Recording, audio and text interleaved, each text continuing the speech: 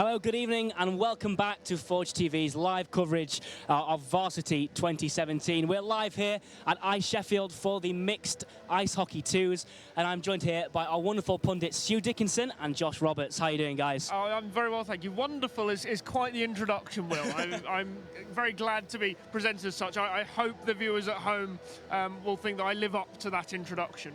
Excellent. Yeah, I think wonderful is a bit too much for me, I think, but thank you very much all the same, and I'm really glad to be here. No worries. So these two guys are going to be your pundits for the evening tonight. They're going to be giving you some wonderful analysis of tonight's match. So Ice Hockey 2 is always a good one, and there's always a good build-up to the Ice Hockey 1s as well. What are you guys most looking forward to about tonight's match? Well, I'm looking forward to it hopefully being an entertaining game, because I think last year's game was a little bit one-sided. Hallam took the point last year. Previous years it's been, I think, 2-2 and 0-0, and that was 2 years ago, 0-0, probably the most entertaining 0-0 you'll ever see in a game of ice hockey. It was absolutely fantastic. So a competitive game, and also it's one of the more friendly events after some of the scenes we saw last night. This will definitely be played in better spirits. Yeah, for me, I think, like you said, an exciting game. Last year it was 3-1. It was a game of basically all the goaltenders, really. So Sheffield, Hallam were very much passing it through the ones and making our netminder, work as hard as possible. So what I'm looking forward to is more of that. But what did happen last year, which I don't want to see today, is in the third period, it looked like fatigue was setting in, and players were looking like they were getting tired. So now, this season, I want to see a full match, everyone going, giving their all for the whole 60 minutes and just really going for it all. Definitely. Now, yesterday, of course, we were live from Hallam Sports Park, where the University of Sheffield had a very successful day.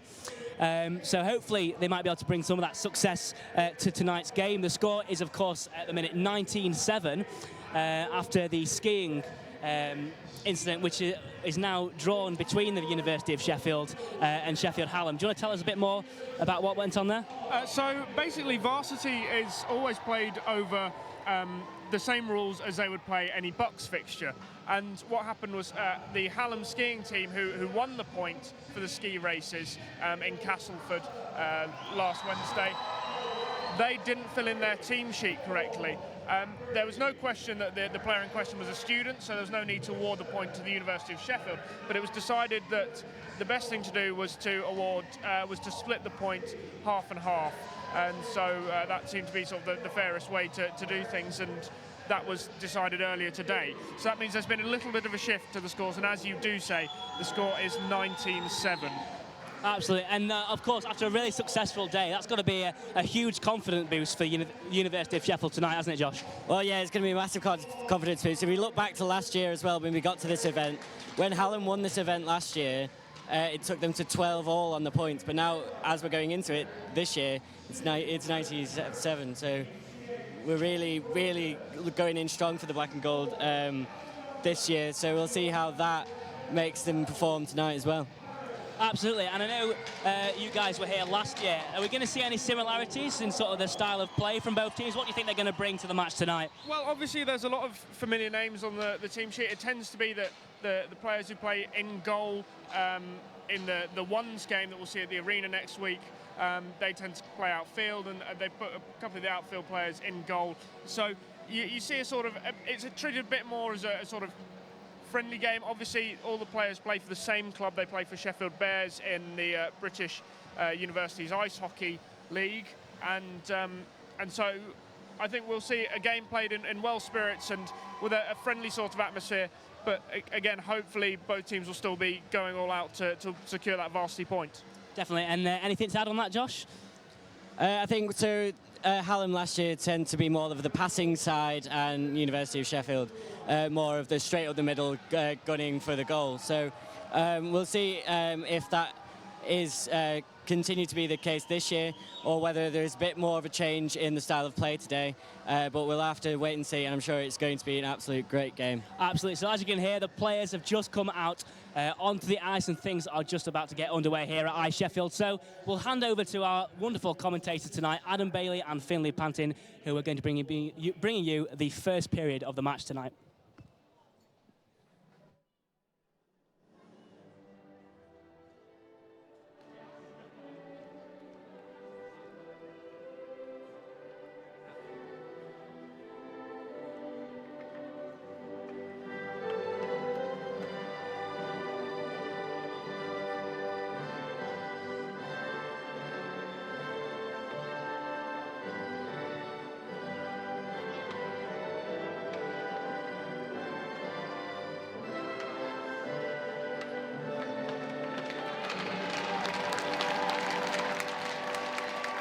Hello and welcome to iceSheffield for this men's hockey twos match.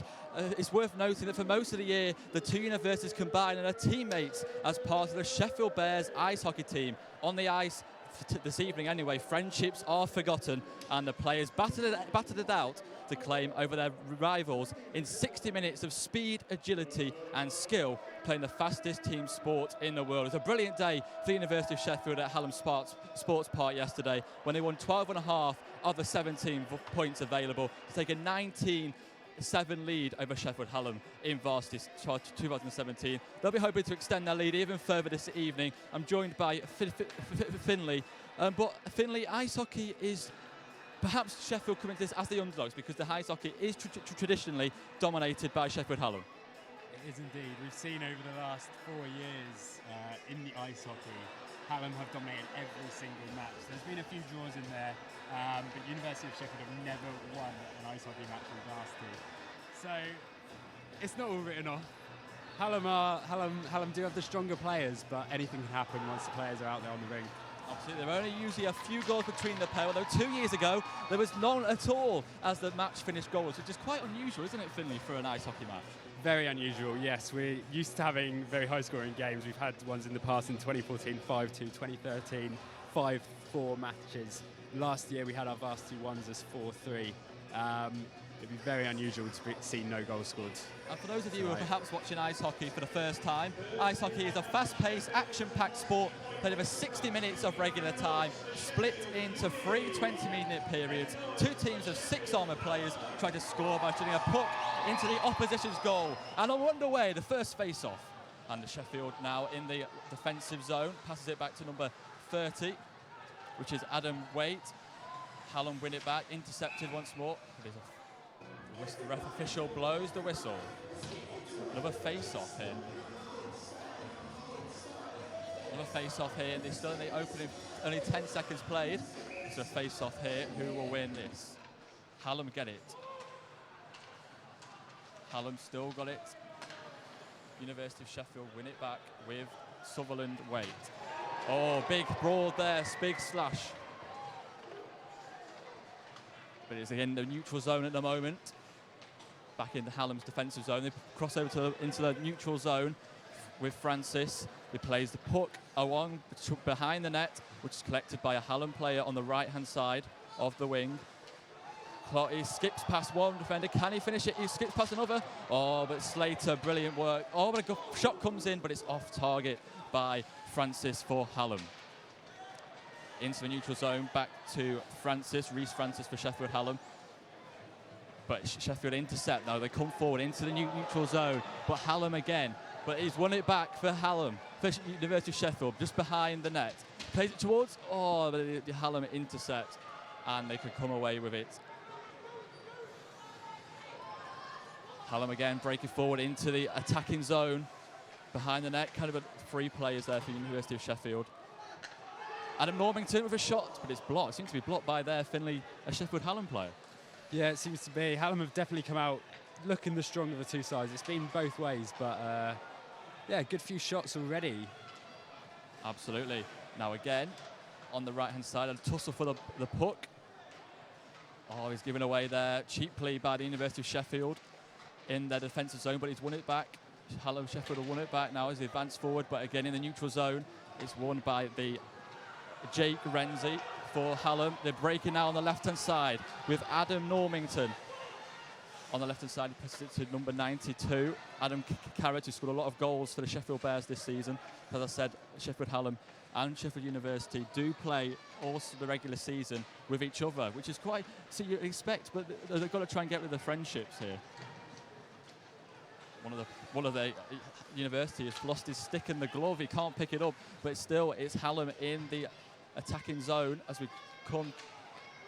Wilson with a shot. The netminder for the University of Sheffield collects the puck.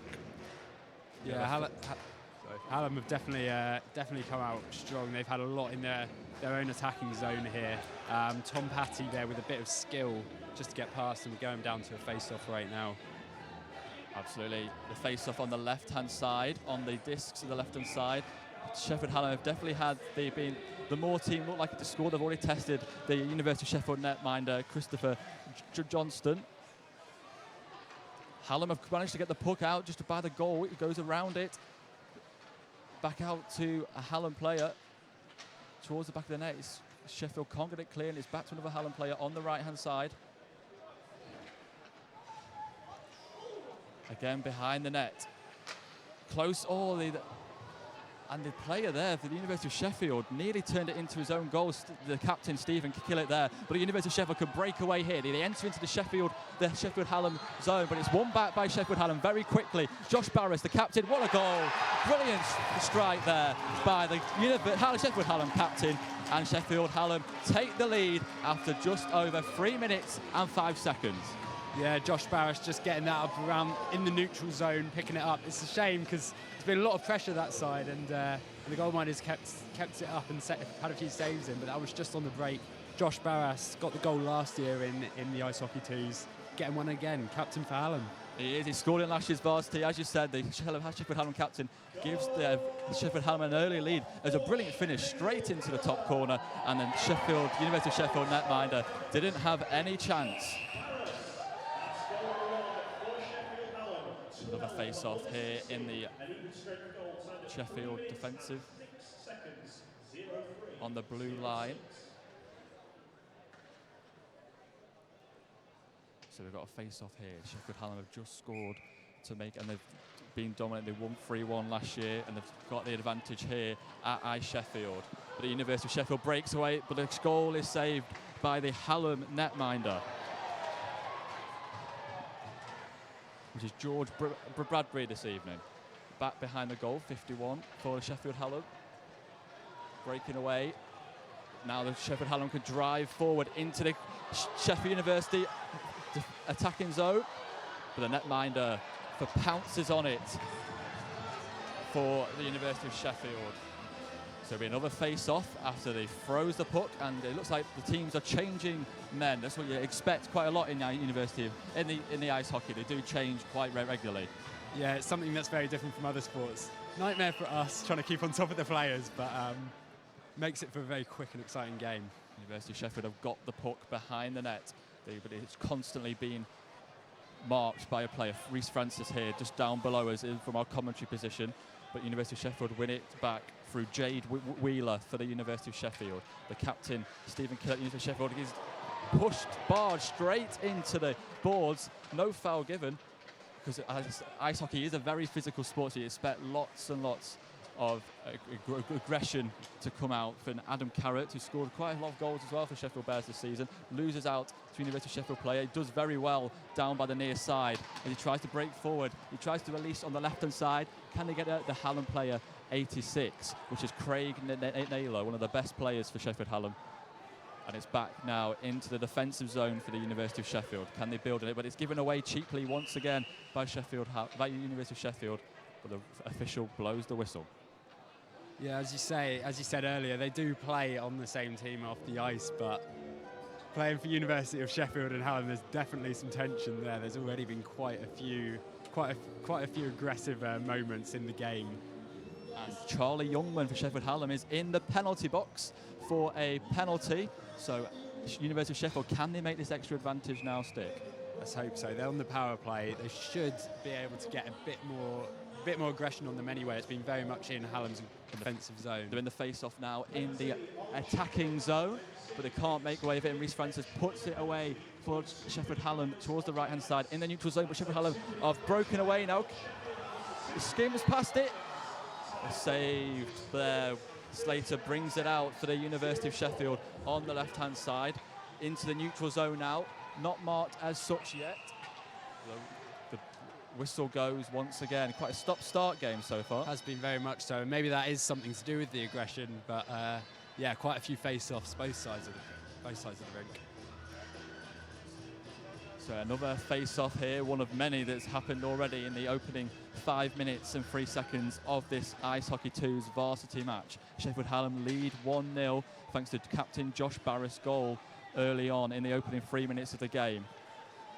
Here's number 15, Tom Patty, But again, the defence is very solid at the moment for the University of Sheffield. He brings the ball forward on the right-hand side. The captain, Stephen Killick. Oh, the Hallam player didn't know how to get it. He has a shot, but it's gone around the back of the net. Hallam plays the puck forward. Hallam aren't giving chase. In fact, they've decided to try to put the Sheffield defenseman under pressure. He's trying to bring it out now as he crosses the blue line into the neutral zone. He passes it for one of the University of Sheffield players to give chase. Another whistle blown now for the official.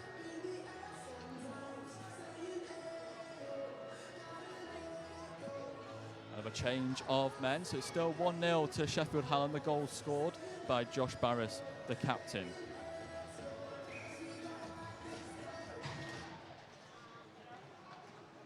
We're back underway here at the iceSheffield, the Ice Hockey 2's varsity match. Sheffield Hallam now on the right-hand side with number 12, Josh Barris, the captain, the goal scorer. He's one of the best players, and he's showing why he is now. And he's brilliant, another brilliant goal by the Sheffield Hallam. He nearly lost it in the celebration there, nearly ended up on his bottom, but another very, very good goal by the Sheffield Hallam captain. Yeah, similar to the first one. He just took that from the neutral zone, right round the wing, brought it inside, had some skill, and just played it through the legs of the netminder for the University of Sheffield. Shame when University of Sheffield are on a power play to have lost the goal out to Hallam. Absolutely, but it's Hallam 2, University of Sheffield 0. And it's University of Sheffield have got the puck now in their defensive part. It is Andrina Gomez Fernandez, but he's lost the ball. Powell wins it back for the University of Sheffield, but it's back to Hallam. But again, Parker now for the University of Sheffield in the defensive zone, plays it forward to number 81 for the University of Sheffield. In the neutral zone, it's a bit scrappy at the moment. The University of Sheffield can't really get a possession and keep it and retain it and try and do something with it. Not really had a chance, not really had anything for the Hallam netminder to work with or having to deal with. On the right-hand side, just below us now, it is Andrina Gimenez Fernandez with the puck in Sheffield onto the right-hand side of the attacking zone. But Sheffield Hallam get the puck. They go around the back of the net, and now Sheffield Hallam can come forward now across into the attacking zone. Netminder had to make a save. He throws the puck. Yeah, I think it's important for University of Sheffield just to settle this game down a little bit, gain a bit of possession. They are on the power play. They should be making advantage of it. But at the moment, it's as you say, very scrappy. It's a lot of face-offs and a lot of people off possession at the moment. That's very true. I don't think actually Sheffield Hallam are on the power play. They seem to have 5 outside players, so it seems to be not in the power play. They're not in the power play. Yes, he's just come out, so we missed that. So now Sheffield Hallam in the attacking zone, already lead 2-0, looking to extend the lead, and they nearly did there through number 8, Luke Wilson, straight at the University of Sheffield netminder. Yeah, again, it's important that University of Sheffield don't throw this away in the first periods. I mean, 2-0 down already. If it goes 3-4, at what point do you think there's still a chance of getting back into this? We were talking earlier about the men's ones a few years ago, how they nearly came back to win it a few years ago when it was 4-1 and they nearly came back. Anyway, we're back here at the iceSheffield, the men's the twos in the ice hockey at Varsity.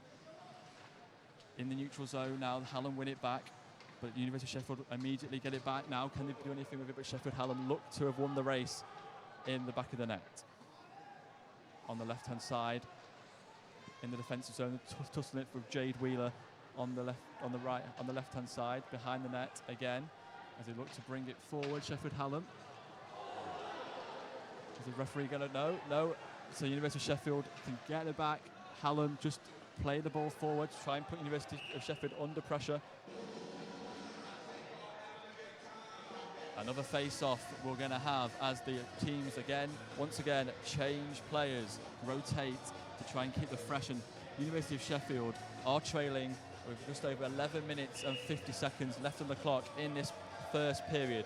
And remember, there's 3 periods of 20 minutes in ice hockey. The face-off in University of Sheffield's attacking zone. Will Sheffield Hallam immediately win it? And they are breaking now on the right-hand side. Luke Wilson's in the centre, but he can't get it in. He can't bring it down, but it's still, Sheffield Hallam is still in the danger. Jakobsen on the left-hand side for University Sheffield Hallam.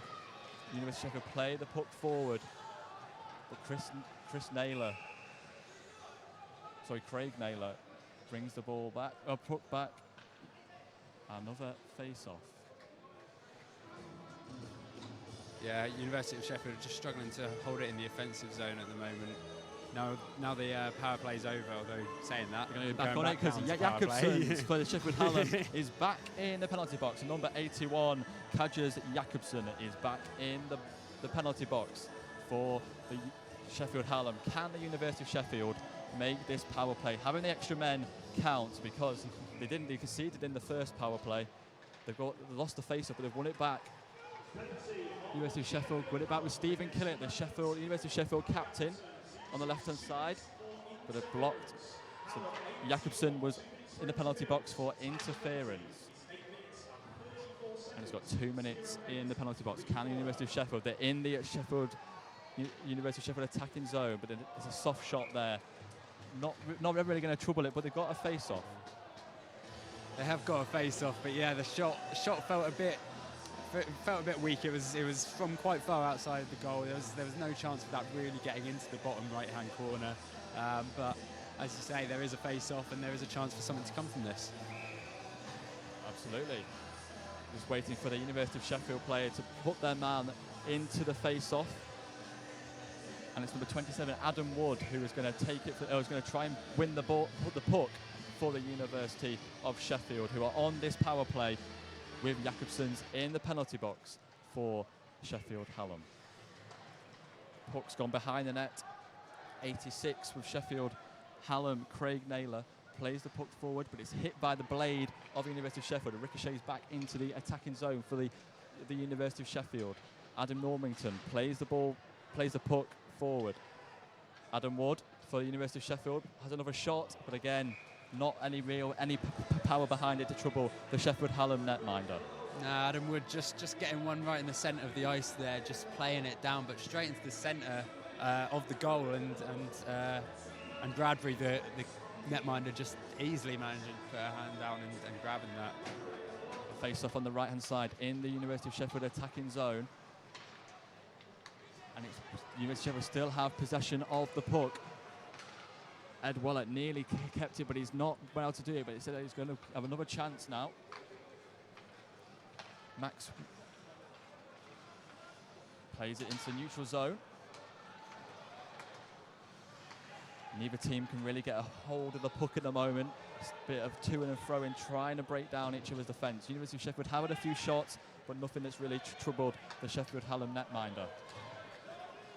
And now Adam Normanton was going to put Parker there for University of Sheffield under a bit of pressure. But University of Sheffield managed to win it back in the neutral zone now. Very well there, Slater did to spin around the Sheffield Hallam player when under pressure in the centre of the ice. Adam Youngman's going to give chase, but it's into the gloves of the netminder for University of Sheffield. So it'll be another face-off. And they're still on the power play, the University of Sheffield, with 9 minutes and 42 seconds to go in this first period. Sheffield Hallam lead 2-0, 2 goals from captain Josh Barras. Rhys Francis for Sheffield Hallam plays it to number 36, Joe Waite, but he spins and he can't get his shot on target. In the neutral zone, the University Sheffield Hallam with the puck. And Sheffield Hallam returned to full strength, so the University of Sheffield couldn't make their extra man count in that power play. That's 2 power plays now. They conceded 1 and have not been able to add to, they're not able to get onto the score sheet. A tussle there between Francis and Fernandez down just below us in our commentary position at iceSheffield. Good save there to tip away from the University of Sheffield netminder after Joe Waite's shot. It looked like he might perhaps steer into the bottom bottom right hand corner. But Sheffield Hallam again pressuring. There's nobody on the left hand side for Sheffield Hallam.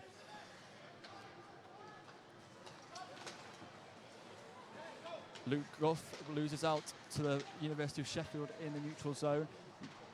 Sutherland comes forward for the University of Sheffield. Once again, Sheffield Hallam hardly giving them any space whatsoever. And the University of Sheffield Hallam break, the official is bringing it back for that foul in the neutral zone. And I think Sheffield Hallam could be on the power play here. Could possibly, just held back Normington there, didn't he? No penalty for the University of Sheffield. So still both teams back at full strength, with 8 minutes and 30 seconds left of this first period of the Ice Hockey 2s at iceSheffield in Varsity, where the current score is 19-7 to the University of Sheffield. They look to win a 5th successive title. We're back with Sheffield Hallam on the left-hand side. Adam Carrott. But once again, the whistle blows.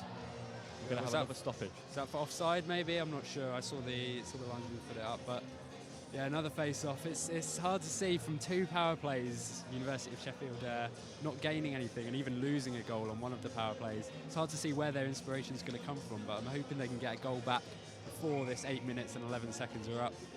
They've certainly got the players to be able to try and muster a chance and trying to try something. But they've had a few shots, but neither by, especially Adam Wood, but he's not been able to really test the Sheffield Hallam netminder too much so far. Another face-off on the left-hand side, just by the blue line as we're back into the University of Sheffield defensive zone. Into the attacking zone of Sheffield Hallam. Does very well there. Number 50, Reece Francis for the Sheffield Hallam. Elliot Parker with the ball, puck forward. There's certainly men forward for the University of Sheffield. But they lose out. We're going to have a chance here. The ball goes across the crease, but Sheffield Hallam come away with it.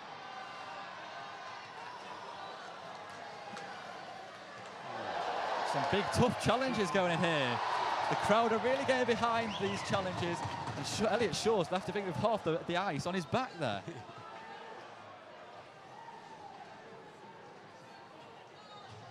The aggression starting to show here. This is what the tempers are really starting to show here in the ice hockey 2s.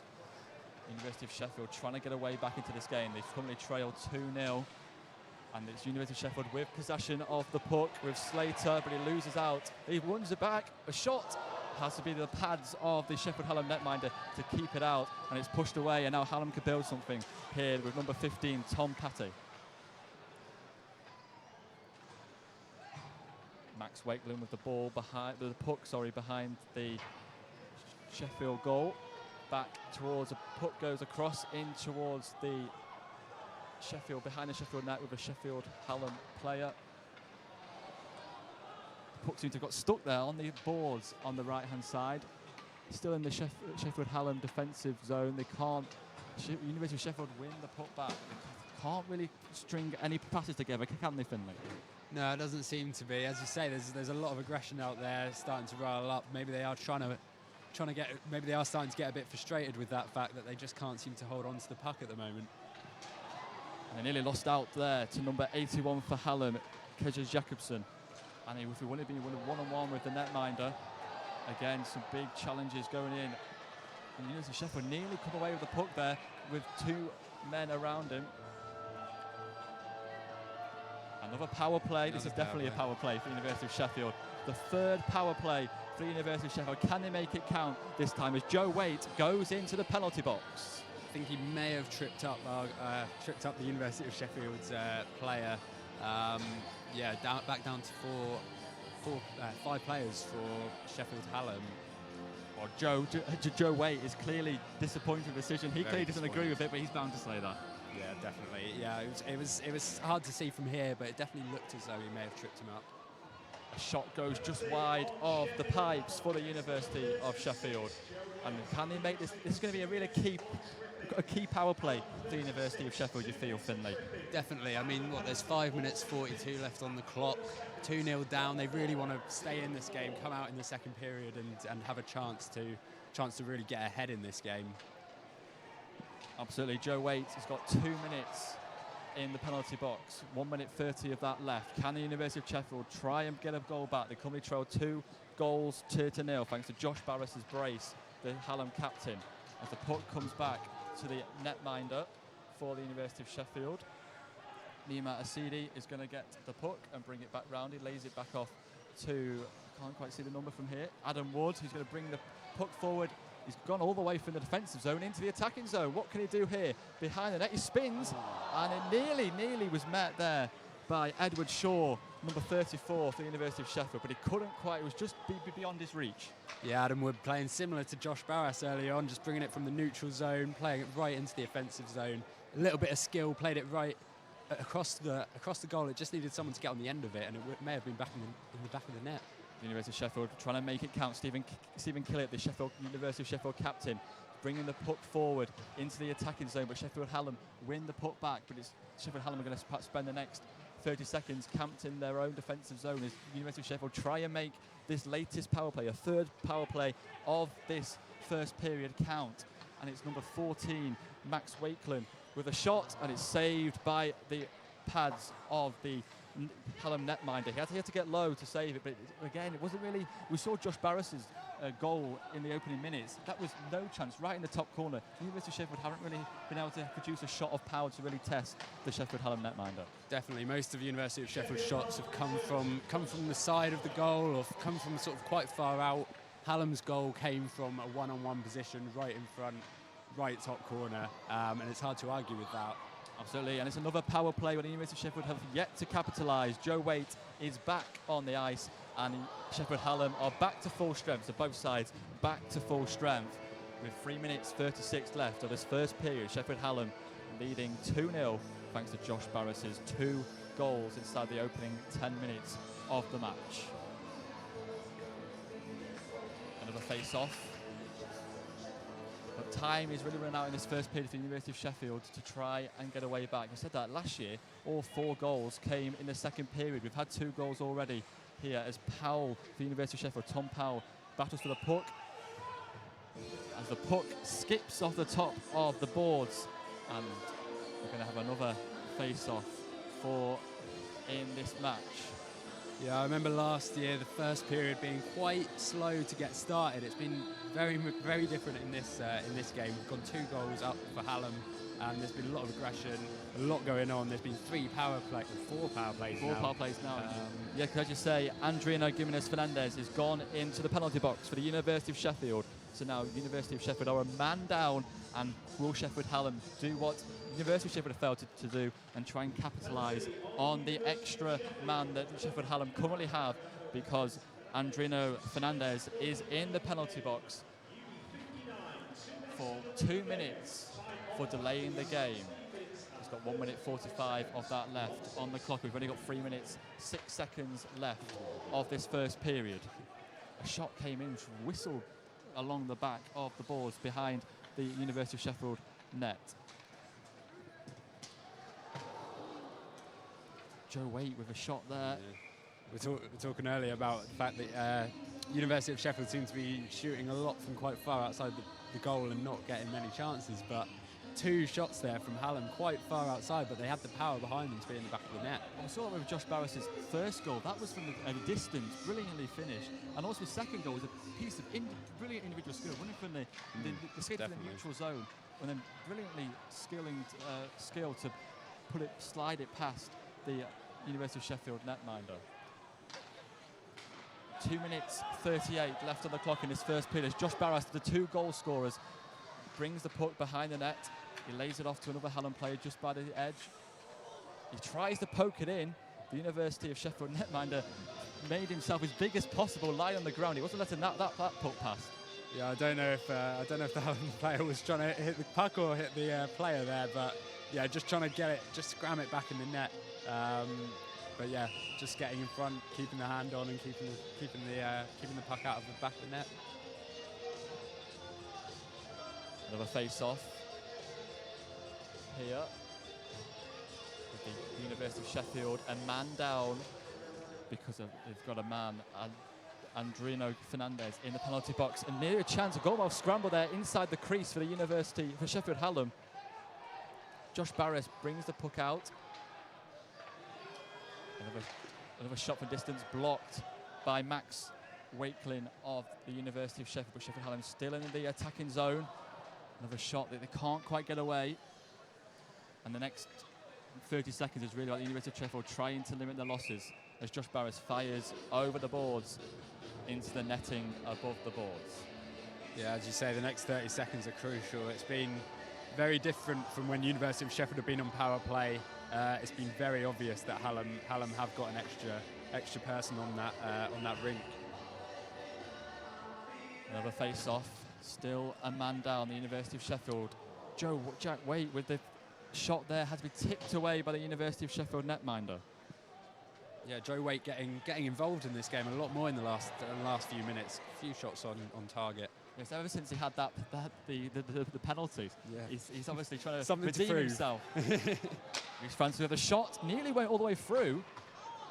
Yeah, I don't know. Renzi nearly there managed to have the shot away there. I don't know how much of the netminder got to see of that, but another shot comes flying in, and the University of Sheffield netminder came out, threw himself at it. Another shot by Jake Renzi, not being able to hit the target as University of Sheffield returned to full strength. University of Sheffield returned to full strength. So Sheffield Hallam unable to do what the University of Sheffield were unable to do and take advantage of the power play. Just over a minute left of this first period. University of Sheffield Hallam lead 2-0. Josh Barris's brace, the Sheffield Hallam captain, who's been one of the standout men in this first period. Definitely, there's been a good bit of skill from him. He's been up and down the rink. Yeah, if I was going to choose a man of the match right now, it would be him.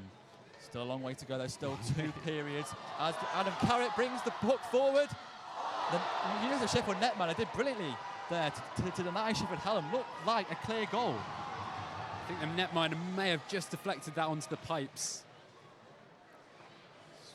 I feel like it just caught the outside of the right pipe there. That was a let-off for the University of Sheffield, but University of Sheffield come forward with the puck.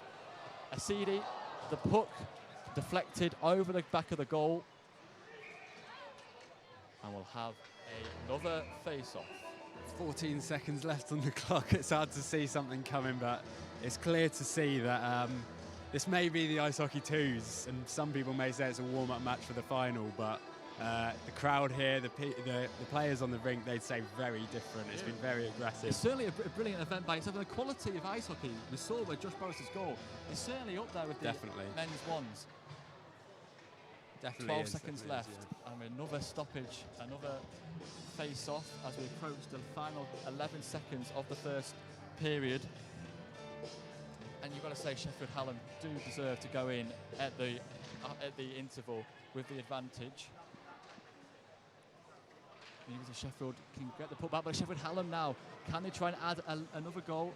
No, they're just going to let you run down the clock, and that's it. The end of the first period. See Sheffield Hallam lead 2-0 against the University of Sheffield. Josh Barris's 2 goals, 2 brilliant goals as well.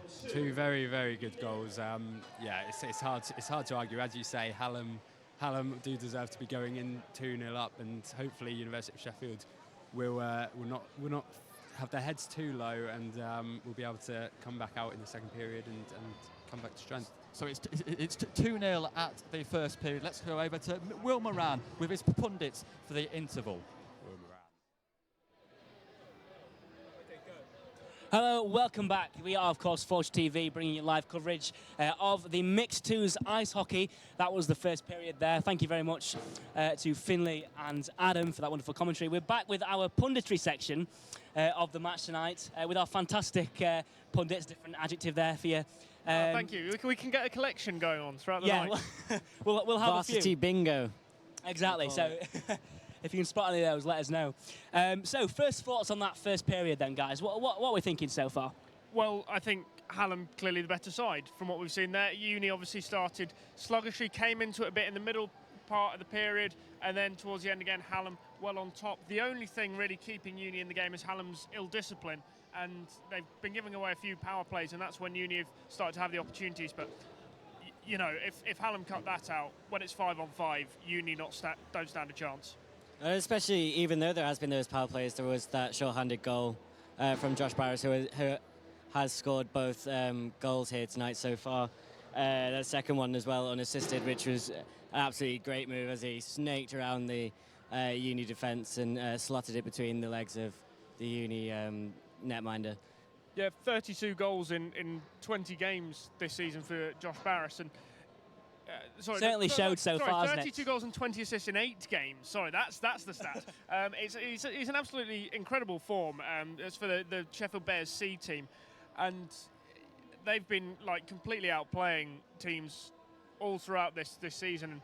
And he's been very much a catalyst for that, so it's no surprise to see his name on the score sheet when he's averaging 4 goals a game. I know, absolutely brilliant, and I'm sure he'll be proud to have got one in so early as well.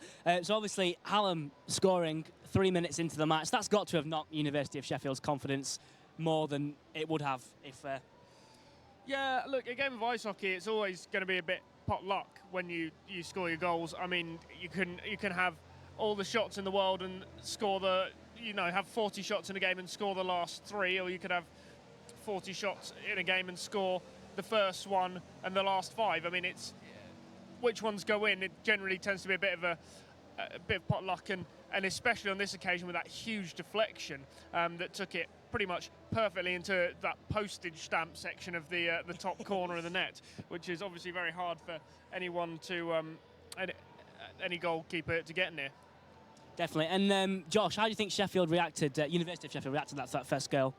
I think not quite as positively as they reacted after the second goal. I think after the first goal, their heads went down a bit. They were a bit sluggish. They didn't really know what to do. They still needed time to settle into the game. But after the second goal went in, that's when they really started to not be afraid to pass it around as much as they had been in the first half of the first period.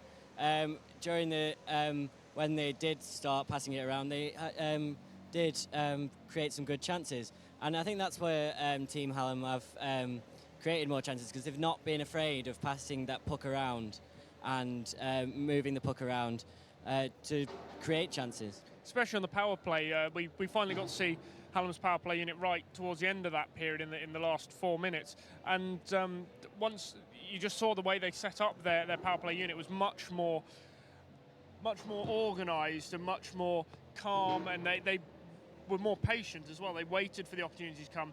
They kept the puck in that Uni end zone, and it really was always going to be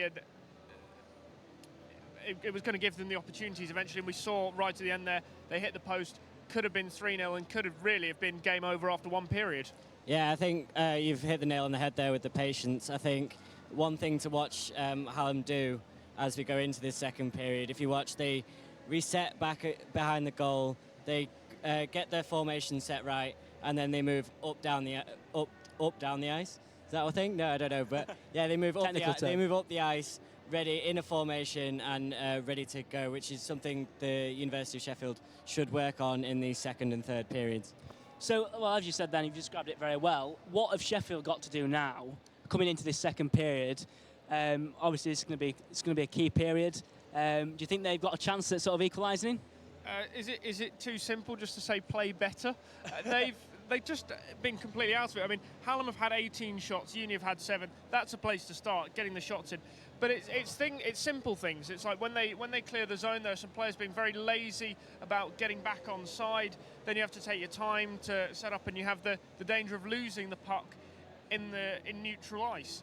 So they just need to be a bit sharper and a bit quicker and look after the puck better, because at the moment Hallam are the team doing that.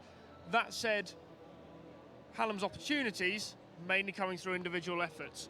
So if they can maybe try and stop the slaloming runs, obviously easier said than done, but that's what they need to work on, really. And another thing, although there has only been one penalty for the University of Sheffield, I think keeping that discipline really good, not giving away those power plays, because as we saw there, Hallam did look effective on that power play. So the less penalties they give away, then the better chance they stand in keeping going in this game. Absolutely. Do you think that Sheffield Hallam could start to get a bit complacent in this next period at all? Potentially. It's always a danger. You come up with intensity. We saw some big hits go in, especially early on from both sides, but I think Hallam probably got a few more of them. And if that intensity drops, might just allow the uni players to settle into the game a bit more, settle down on the puck, and start creating the quality opportunities that they really need to, because there weren't too many big opportunities there in that first period for uni. Definitely. Anything to add to that, Josh, at all? No, I think Hugh described it very, very well there. I think complacency is not something I don't think we're going to see tonight, actually. I think they're going to come out, they're going to be, if anything, it's going to give them more confidence to be able to go for those more elaborate passing moves that we might see later on in the game that do eventually lead up to goals. But maybe the University of Sheffield can look to go forward and get a bit more confidence, so they can also go into those passing moves and create a hole in the defence so that they can get more shots off. Definitely. So Sheffield Hallam looking pretty much like, at this minute, this obvious winner so far. I mean, you've got to give Hallam credit for their sort of excellent defending they've been doing. Sheffield having, I think you said, we've had around about 6 shots, most of which I think they've all been saved so far on the stats. What do you think that Hallam have got to keep up now to start continue to improve their performance and get a few more goals? Well, I'd say they'll be pretty happy with that. You'd probably say get it to Josh Barris a bit more, because when you're in absolutely red-hot form, that's what you want to do. You want to get it to your guy who's going to stick it in the net. But I think they've looked pretty good. I think they've perhaps in defence been a little bit lazy. I keep looking down here because that was the zone they were playing in. Yeah, they need to be, a little bit stronger, because there were a couple of opportunities there. We had a couple of shots that had to be saved by Bradbury. Billy Slater had a shot as well as who's that? Maitland as well, who's Barris's shooting partner for the C team, and they've allowed them the opportunities, and there are the opportunities there for the University of Sheffield. And there was that one again at the end where it was fired straight across the crease by Adam Wood, and if Uni can take one of those early on in the second period, then it's 2-1. All of a sudden, nerves are on for Hallam. It's a completely different game. So Hallam just need to be a little bit tighter in their own defensive zone. But going forward, they look by far the stronger of the two sides. I mean, watching that, there were some good little moments from Sheffield University. Do you think we'll start seeing more of that in the second period, Josh? I think they will. I think as we got in the middle section of that first period, we did see the confidence build. So I think we will. And, there has been a bit of ill discipline for Hallam, like giving away silly penalties, like too many players on the ice. That's not really something you'd quite want to do. Should be getting that right, really, at this stage. Yeah, so I think, if that ill discipline follows and then the confidence rises, then, as you said, the shots can go up, as Billy Slater having a few good pops. So, it'll be interesting to see. Yeah, I think we look at that difference in the number of shots, and I think the thing it's coming from most is the retention in the end zone, because you see every time Hallam have been on the attack, they've had 3 or 4 shots and force them into a number of saves. Uni have the one shot, and then it seems to be cleared away straight away by Hallam, and it's just getting there, being a bit sharper, a little bit more determined to get the puck in the end zone. That's going to make the difference in the second period. Yeah, of course, and as well as that, not letting Hallam clear it straight away will be a big part of that, and maybe take your time, think about the defence, think about your shot, and think about if someone else is shooting, think about where you can skate into to then retrieve the puck on the off chance that you might be able to get a rebound. Definitely. I mean, it's nice to see such a good turnout for this event tonight, isn't it? Like I say, we were saying earlier, it's always a good build-up for finals day. Some good support from the crowd tonight, don't you think, as well? Yeah, it has been, and I've been to this event for each one of the 4 years I've been at university. This is my 4th ice hockey twos, and you look over to the far side and you see the number of people there now. That was the total number of people the first time I came. It was sort of a few friends and that was it. And now it really does feel like a varsity event, because we've got the Uni fans, as you can see behind me on the far side. We've got Hallam fans just behind where we're sitting, immediately behind on the near side. And it's a fantastic turnout, and it's fantastic that this is a turnout, even though this has become a ticketed event, because previously it's been free, and that's sort of been a major attraction. But it's fantastic news that people have still turned out in fairly good numbers to watch this event tonight. Definitely, some people sort of getting into the spirit of Varsity now. It's good, again, it's good to see so many people out for such an event like this, and that's just going to, I think, for both teams, showing some really good support. Yeah, definitely. I think yesterday we saw at Hallam Sports Park, which is always a really big event with big crowd numbers, and it is good to see that people are realising that other than the big days like Hallam Sports Park, EIS and ice hockey ones at the arena, that there are also more varsity events going on that you can go to, and they are getting bigger crowds here. Definitely. I mean, this isn't the first match we've been covering through all week. Yesterday, again, we were at Hallam Sports Park for the rugby, football, lacrosse, things like that. What has been your guys' sort of favourite moments so far from this year's Sheffield Varsity? Well, sadly, Will, I didn't get to see much of it yesterday. I was rather tied up in Westminster, but I was hoping to catch some of it on the TV. But obviously, certain events put paid to that. But I went out to the rowing on Saturday, and I really enjoyed that. It's always a really good event, and it's the first time it sort of really felt like Varsity, because as much as we do like the snow sports, it's always because it happens, or is supposed to happen, before Christmas on the ski trip in the Alps. It always feels like a slightly different event to the main Varsity ones, and actually going to the rowing made me finally think Varsity's back for another year, and I started to get a bit excited. For me, my all-time favourite event always, especially for the last 3 years, is the Rugby League. 3 years they've won it in a row after 17 years of defeat, and it's just amazing to see from the Rugby League team. They don't normally get them a lot of people watching them, but they always give it absolutely great experience. Especially last year and the year before, when they weren't favourites to win. And they did win. This year they were favourites to win, but they didn't let that stop them. They really went for it, and then they ended up winning as well. So that's always a great event for me. And of course, yesterday the rugby men's ones, the rugby union men's ones was just a phenomenal event. A good game of rugby.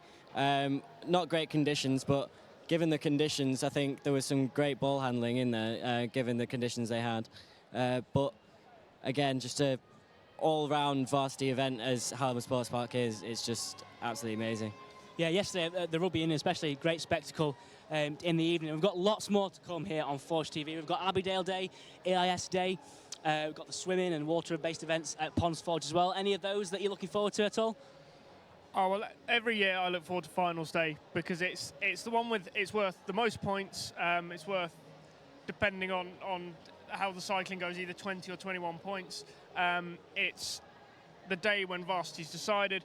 Obviously, it has the single biggest event in the ice hockey, and it is just a fantastic day.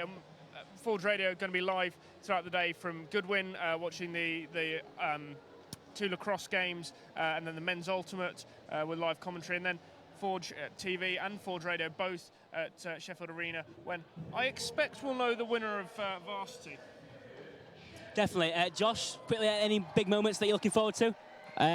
Yes, EIS Day, the futsal late on EIS Day, kick off late on Monday night. I think that's always a great event. If anyone has never watched futsal before, I think it's a great event to just, a spectacle to just see, because if you like goals, there are goals. Definitely. And of course, we've got the American football on Sunday as well. That's coming up very, very soon here on Forge Media, Forge Radio, Forge TV, Forge Press. Have all got it covered for you. And you can keep up with the conversation on Twitter as well if you follow us at Forge Sport. You can get involved in the conversation. Use the hashtag SUVarsity. We're going to go over to our commentators now, as the second period is about to get underway here at iceSheffield. Well, thank you, Will, and welcome here to iceSheffield. Currently, the University of Sheffield are behind. Yeah, it's 2-0 at the moment to Sheffield Hallam. Last year it turned out to be 2-1 to Sheffield Hallam, so maybe repeated the scoreline, but I don't know. I mean, it's kind of it's not looking good for Uni at the moment, is it, Tim? Yep, up and down in this so far. The Hallam captain, Josh Barris, opened the scoring for Hallam in the 4th minute. He then doubled Hallam's lead in the 6th minute. And I have to say, joining me today is Sam Constant. Sam, what have we made of the game so far? Well, it's clearly been just dominated by Hallam. So I'm just having a look at the team now. It's not looking good for Uni of Sheffield. Basically, what they've been doing is they've been just... It's been really poor passing from them, and it's just been a poor display, I would say, from what they've been doing. I've not really seen much life. Hopefully this period they can go out and they can hopefully get some more kind of life into their play, but I don't know. It's going to be tough to come back from 2-0 down. Well, last year Hallam beat the University of Sheffield 3-1 in this event, and all 3 goals were scored in the 2nd period. So, well, it'd be interesting to see if that happens today. I think the University of Sheffield will definitely not want it to happen, because if that was the case, it'd be 5-0 and surely game over in that sense. The stats say that Hallam have dominated this fixture in 2015. It was a 0-0 draw, but they've won the rest. As I said, last year Hallam beat the University of Sheffield 3-1. Hallam in 2014 beat Sheffield 5-2 and 7-1 the year before that. And here is the face-off, and here we go for the second period of the match. Yeah, and it's Hallam that are looking a little bit more lively. They're out on the... Oh, and there's a bit of a stoppage in play there. Oh, hello. The referee and one of the Sheffield Uni players have had a little bit of a collision there. Well, that's one of the lighter moments of the day. Definitely, that's... Well, we see the PA comment, we see the PA announcer there getting into the spirit of Varsity. We are live on Forge Radio in this event, live on Forge TV, and we will be for the rest of Varsity as well. And you see down up at the far side, the Hallam player just starting to try and get in. But Hallam have that 2-0 lead, remember. And Hallam have won it back there, but there's a little bit of rough and tumble on the ice, and it's just been put into some space on the left-hand side, and now Sheffield can move forward. It's 58 Killick, and it's just been put behind the goal there, and we're going to have a little stoppage there. See Adam Sutherland-Waite up there trying to put the pressure on the Hallam defence, but in the end I think it will be is it a face-off coming up? Yeah, it should be a face-off here. I think I was just trying to have a look. I think it might have just been, I think it was an offside. Oh, you see there Jacobson's into the penalty box. I think for the 2nd time this match. I'm not sure what for. We'll get back to you on that. But here is the face-off. And Young on the left-hand side, on the near left-hand side, wins it back. And tried a shot there. Just tries to get it at the near post. Down to the far right side now. Here comes Hallam, and they can start a break on the left-hand side. Number 36, Joe Waite, loses the puck, and now the University of Sheffield are back in possession into the neutral zone, starting now. But Hallam win the puck back, and it's good interception, and it's just deflected there. Yeah, Waite with just a tepid attempt, to be honest, towards the goal, but easy enough. And the University of Sheffield now have possession in their end zone, and you see there is a bit of space in there, charging towards the neutral zone, into that neutral zone right now. Number 27, Adam Wood for the Uni of, currently 2-0 down to Hallam. And there is the shot from the far right-hand side. Just Uni deflected with off him there. Captain Kinnock. Just loses the puck there. And now 21 Slater with the shot. Tried the shot. That's a very, very easy save in the end for George Bradbury, the netminder in the Hallam goal. And the shot comes in again, and it's been poked wide. Just off of the pipes there. And this is much better play from Sheffield Uni. In the first period, they were just all over the place, and now it looks like they're starting to get their form back. There's better passing. They know what to do with the ball. Oh! I don't think that'll count. I think Peter Young it was who had the shot just before that, but in the end Peter Young had that shot blocked and then decided to, in quite a lot of space actually, use his hand to put the puck in the net, but by that time the referee had already blown. I think the goal was disallowed because he threw it into the net. Yeah. But there you go. Can't win them all. So we're just going to have a little break in play here. I think we're going to have a little bit of a face-off just on the blue line, on the defensive zone of Hallam. just inside the neutral zone, and the University of Sheffield Uni Sheffield to wing it back on that far side. I think it's number 14, Max Wakelin, on that far side. And it's just been put over into the Uni of Sheffield defensive area, so it gives Hallam time to regroup, and it'll give a good time for Sheffield to hopefully start another move. And here we have on the left-hand side into the neutral zone, but Hallam do win it back. It's number 27's got it at his feet now. Number 27, Adam Wood, remember. Hallam do win it back in their end zone. And the thing is, the University of Sheffield have just started to get back into the match. Hallam back to full strength. Jakobsen back on the rink, and he is charging towards his own end zone to try and win possession. And that was very unlucky there from Hallam. It was just blocked, I would say, by, I can't figure out who that player over there is, but it was very close. Hallam looking to extend their lead to 3-0. The shot comes in from number 27. Number 27, Jake Renzi. But in the end, it was well saved by James Zeller, the netminder in the University of Sheffield goal. Sam, what have we made of the second period so far? I think it's been really lively for Sheffield Uni. They've looked really dangerous while attacking. They've been more confident on the puck. Just watching them skate around the ice, they've made use of the wings. And I think maybe, don't quote me on this, but there could be a goal in store for Uni of Sheff. Well, but you see a face-off. You never know. Hallam do look strong, and you have to remember that they really did dominate in that first period. Face-off between, I think it's Tommy Broadhurst of the Hallam player, just inside the Sheffield defensive zone, and now cleared by the Uni of. Charging towards, I think, is number 30, Adam Sutherland-White, but Hallam do regain possession, just given away just inside Hallam's defensive zone there, but it's scrappy and both sides do. And now number 81 for Hallam can break. I think that's Kaj Jacobson's, the assistant captain. He looked good, but the move kind of broke down. And that's a slip pass that didn't quite receive it, and now Uni of can try and get the puck back, but it was in a vain attempt. So it was on that far side, but now number 58, Stephen Killett, the captain for the University of Sheffield, just trying to get his team into the game. They are currently 2-0 down to Hallam. The 2 goals earlier from Josh Barris, but now Uni of charging towards the zone. And that was a really tame shot. That was a very, very tame shot, and easy in the end for George Bradbury, the netminder in the Hallam goal. Now Hallam regain possession into their neutral zone. Number 94, Charlie Youngman, now to our near side, looking to get into the University of Sheffield's attacking zone, but in the end, it's come back, and I think there'll be a face-off. Sam Constance. I think that was just an offside there, but yeah, that was a good break from Hallam. I think they just managed to get off a good bit of physical play over in the top right-hand corner of the, on the top left-hand corner of the Sheffield Hallam defensive zone. Got it out quickly, but couldn't make anything of the move. The face-off happens. Craig Naylor trying to win it back for Hallam on that far side. And now number 92, Adam Carrott, who I think missed quite an easy chance in that first period earlier on.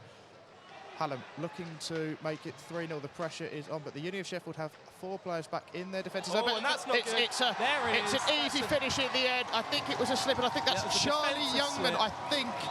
I think it is 3-0, and I think the Uni of Sheffield had an absolute catastrophe there. Yeah, that was James Zeller in goal, and it just looked like he just missed the puck there. I think he tried to just freeze the puck, but he just slipped out of his hand, and it's just moved straight into the path of, is that number 12? There were 4 Uni of players in that area, but one of their defenders, I think it was their right defender, slipped, and in the end, Hallam do make it 3-0. And that's going to be tough to come back for Uni of Sheffield. I don't know if they can do it, but we kick off again, and the puck is on the left-hand side for Sheffield Uni. Oh, and a helmet has come off there for just trying to get the number 88 for Hallam, but number 12 over on the left. Ice hockey is such a fast-paced game, one of the fastest-paced games that you could ever watch, likely to see. And just as we saw that incident down to out near left-hand side, Hallam charged up the other end into the Sheffield University's attacking zone on that far side. But in the end, it came to nothing. The scoreboard actually just said for a moment 2-1. I was thinking 2-1, it's 3-0. They have changed it to 3-0, and it was Charlie Youngman who scored the goal. Josh Barris as I said earlier, opened the score. He's got the first 2 goals. The captain, he said to me before the match today that he's a Sheffield B C player, and he said he's been struggling to skate recently. Well, if that's Clearly struggling to doesn't look skate, like I it. would like to see struggling to skate for a lot of other people. But here we see the face-off on the into the Hallam defensive zone. I think it's number 12. I think it's Josh Barris and number 27, I believe that is. Yep, 27, Adam Wood. So Adam Wood and Josh Barris onto the face-off on our near side, to the left-hand side. Sheffield just about 5 yards from the Hallam goal, looking to One by Hallam get there. one back. But Slater catches it and he's popped it on the ground. He's on the left-hand side. He's tried to get it forward over to 27. 27 can just go around the back of the net. Wood into the Hallam end zone, just by the goal, looking to find an opening into the match. He's being shepherded by a Hallam player and now gives it away under pressure. But the Union of Sheffield do regain possession. And They are he's being racing charged. back there, but Hallam are roaring forward. Number 81. Kajas Jakobsen, who has been in the sin bin so far, trying to put pressure on there, but couldn't do that. And now Adam Wood trying to get in possession, but number 12 for Hallam, Josh Barris, who has already scored twice for them, looking to make it a hat-trick for them. Barris, still Barris. Number 81 trying to get back Jakobsen. It's Barris and Jakobsen, the 2 most liveliest players for Hallam in this second period so far. Yeah, I would say that goal for Hallam really has kind of sealed the deal here. I really thought that Sheffield Uni might have had a chance to come back into this game. Hello! A chance there, and that was a little bit of a spill there from Adam Sutherland, weight number 30 for the University of 33, Sheffield. George Bradbury, the goalminder there, just having a little bit of a slip, but he managed to freeze the puck in the end, and there will be a face-off in Hallam's defensive zone.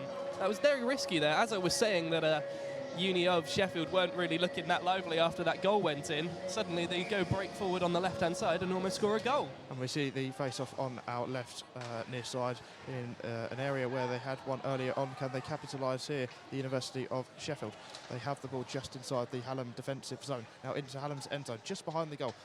Pushed away by a Hallam defender. Difficult to spot who it is there, but we'll get back to you on that. And now we see number 24, Brian Hayward Alexander down on the floor. But now it goes into the neutral zone. Ice hockey, such a quick sport.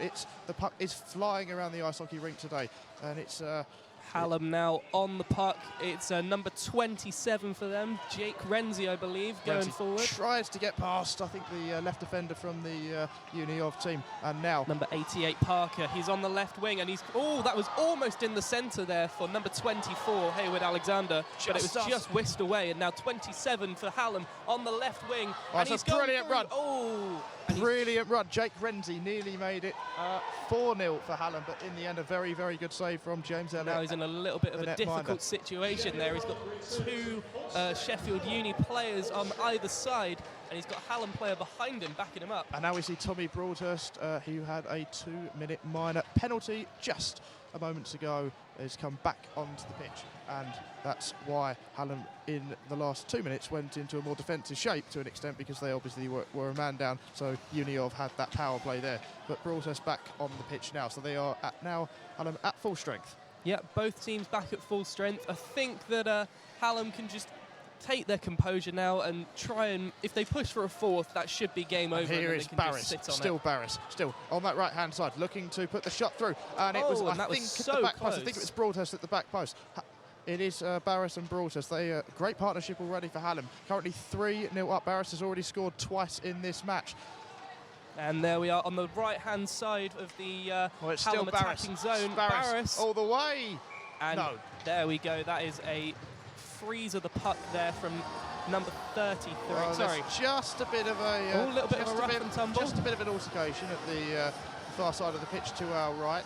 There is, I have to note, a big white pillar in the way, which does make it quite difficult at times to see what's happening. But we'll try and do our best here live on Forge Radio, Forge Sports, and over the next few weeks we have a lot more Varsity coming up. We have Abbeydale's Sports Park next week. We have obviously the ice hockey ones next Wednesday, at the Sheffield Arena, which at Sheffield Arena, just across the park from here. But here we see the face-off to our near side. Yeah, on the right-hand side, in the Uni of defensive zone. And I think we're about to get back underway here. See the referee just speaking to, I think it's... That's number 50 for Hallam, which is Rhys Francis. Rhys Francis, yes.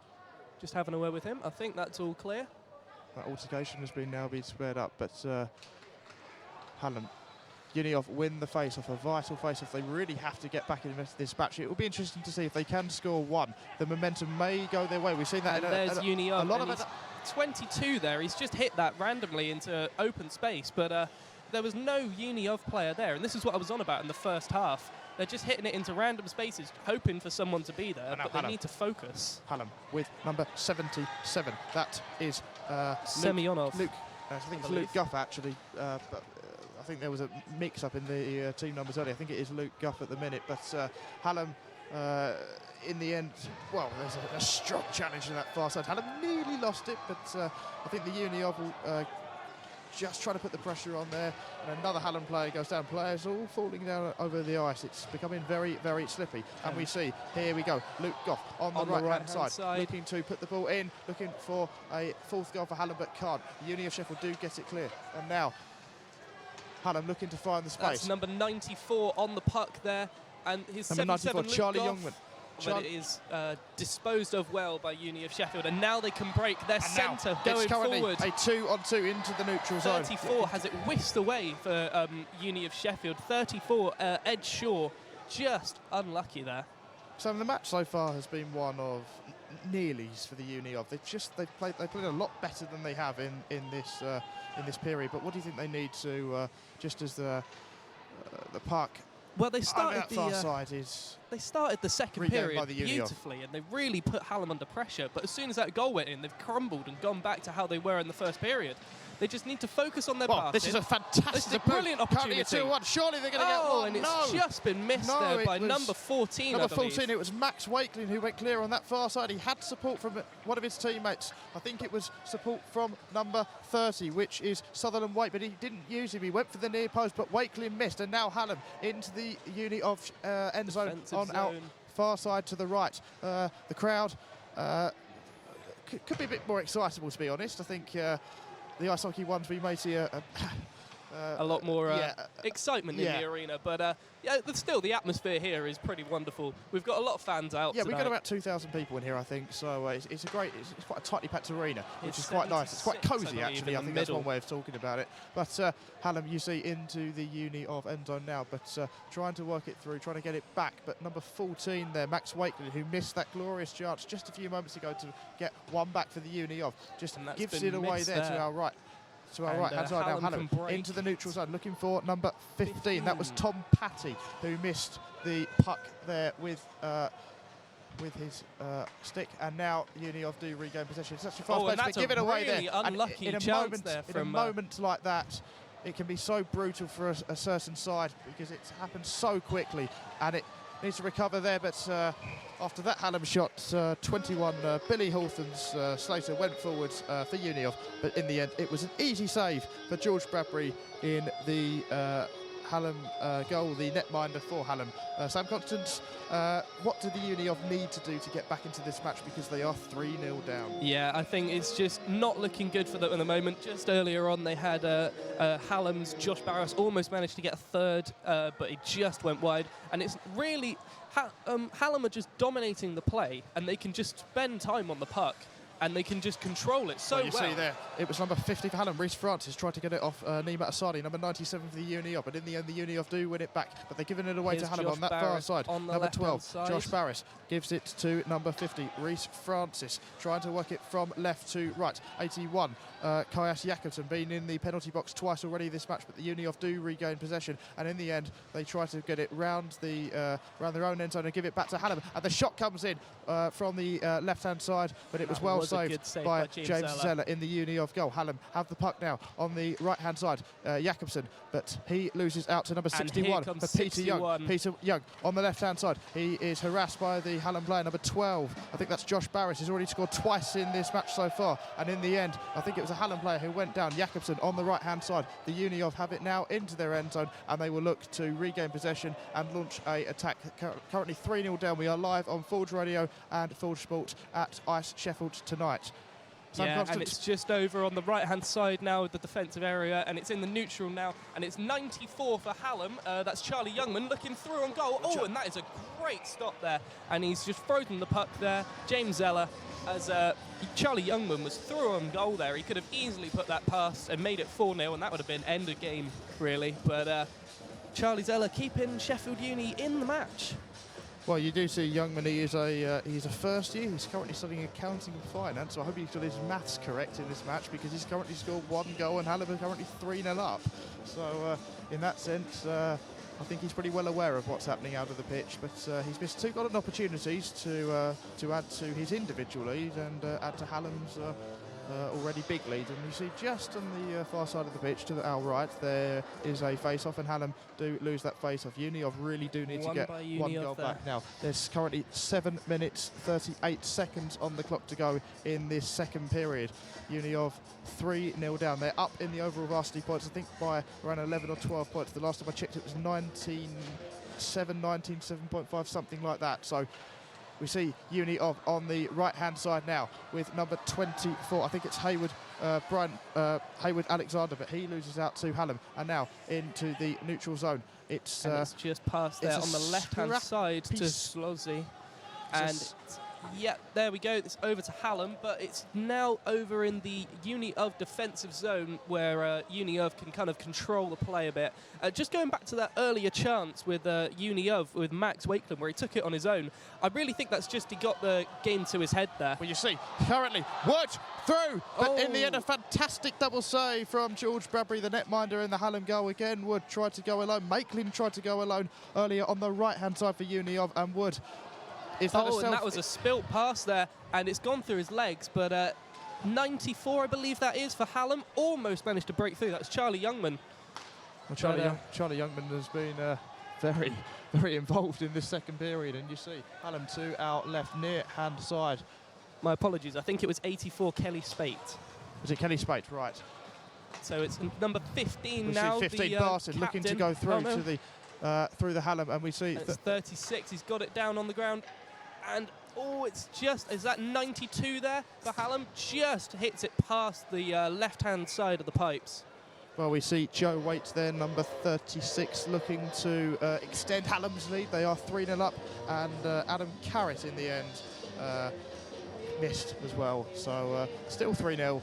Sam, we talked about how the Uniov are going to get back into the match. How do Hallam prevent that from happening? Well, it looks like they're doing a really good job of it at the moment. They've looked really strong defensively and offensively, and I don't really see that there is a way back for Uniov, if I'm honest. It really is looking quite a struggle, but you never know. They've had some good chances this second period, and hopefully, if they can't get a goal here, then in the third period they can that's a take great a run deep there. breath. That's a great run by number 15 for Hallam, Tom Patty. I think it was Esmond Howes who gave him the puck from the neutral zone, but Hallam do have it on our right-hand side, and the shot comes in. Good save, that from the netminder of the Sheffield, Zeller, in the goal. But Hallam do now. Oh, that was risky. That was Bradbury, very risky. Trying to, I think, a sense of complacency in that pass there. And now Hallam into the neutral zone, down to the right. Number 27, it is Renzi. He has number 12 in the box. Renzi goes alone. Almost great there save for from Josh Zeller. Barras. Almost into Josh Barras. That would have been his third, and that would have been his hat-trick, really. And we've got Uniov breaking now on the right-hand side for them. But now it's here for 27. Oh, and that's a beautiful save from Uni. Well, that's a great save from Zeller. Renzi was through one-on-one, surely, but denied by Zeller to keep it respectable for the Uniov at this rate. And if they can get one back, the momentum may swing their way into the Hallam attacking zone now, trying to regain the puck, and they do. It's number into 37, the Asadi. Can he control it? Oh, he and has it's lost been out lost there in the one-on-one, and 88 tries a quick Tommy Broadhurst, 88, shot across the ice. Elliot, I think that's Broadhurst, but it was just to the left-hand side. Well, you see there the crowd rise up to that challenge. I think number 60 for the Uni of Sheffield, Thomas Powell was taken down in his attacking zone, but it was a strong challenge, and nothing in that Uni of into their own end zone now. Just trying to recycle the puck, just trying to regain possession. Hallam pressure. You have number 12 there, Barras, looking for his hat-trick. If he can get the puck, he surely will fancy it. And here we are on the left-hand side for Uni of now. Uni of Sheffield trying to break forward. It's number 14, but he slipped down there. But nobody up for Hallam Uni, so it's just going to be broken here for Sheffield Uni who can try and control it, but there's a little bit of a rough and tumble on the left-hand side, and it's just been pushed over for Hallam to break on the offensive right-hand side in Sheffield Uni. Well, now we see two Uni pressures, and suddenly the Uni off do have another 2-on-1 situation. One of the Hallam defenders stacked it. Surely they're going to get one back. Oh, unbelievable! Number 14 has missed Max open goal. Max Wakelin missed a glorious chance earlier on, and this surely is. Well, he will be having nightmares about that, because that was a glorious chance, and I think it's just the pressure of the game, the pressure of Varsity. You know, you want to try and score a goal in front of all your friends and get a really good reaction from the crowd. And I never wanted to put a football analogy into this, but if you remember Fernando Torres against Man United when he was a Chelsea player, it was fairly similar to that. So if that paints a picture in your mind, then I'm not sure what will, but the Uni of and Hallam do have a face-off to our far side on the left into the Uni of attacking zone. And it's spilt there, but it's won by Uni of, and I think Hallam can just regain possession there, and they've just hit it over onto the right-hand side, where 27 for them, Renzi. Well, Renzi against the almost getting past who there. Puts the puck to the right-hand side now, into the neutral zone. Ice hockey is such a fast-paced game, difficult to keep up at times, but we will do our best. Into the Uni of Sheffield end zone to our right-hand side, and that's a very poor pass. Hallam. And Hallam, the number 36, Joe Waite, tries to get possession, tries to find number 15 for Hallam, Tom Patty, in the penalty area, but can't do that. And Francis will pick it up for Hallam, and they will look to recycle the ball. And now it is Hallam into the Sheffield attacking zone. Patty is in the box. Sorry, 36, but it's recovered White. Well by Sheffield Uni. Oh, but well, he's you just see been pushed Patty off, and and now White, it's 36 in the White, centre.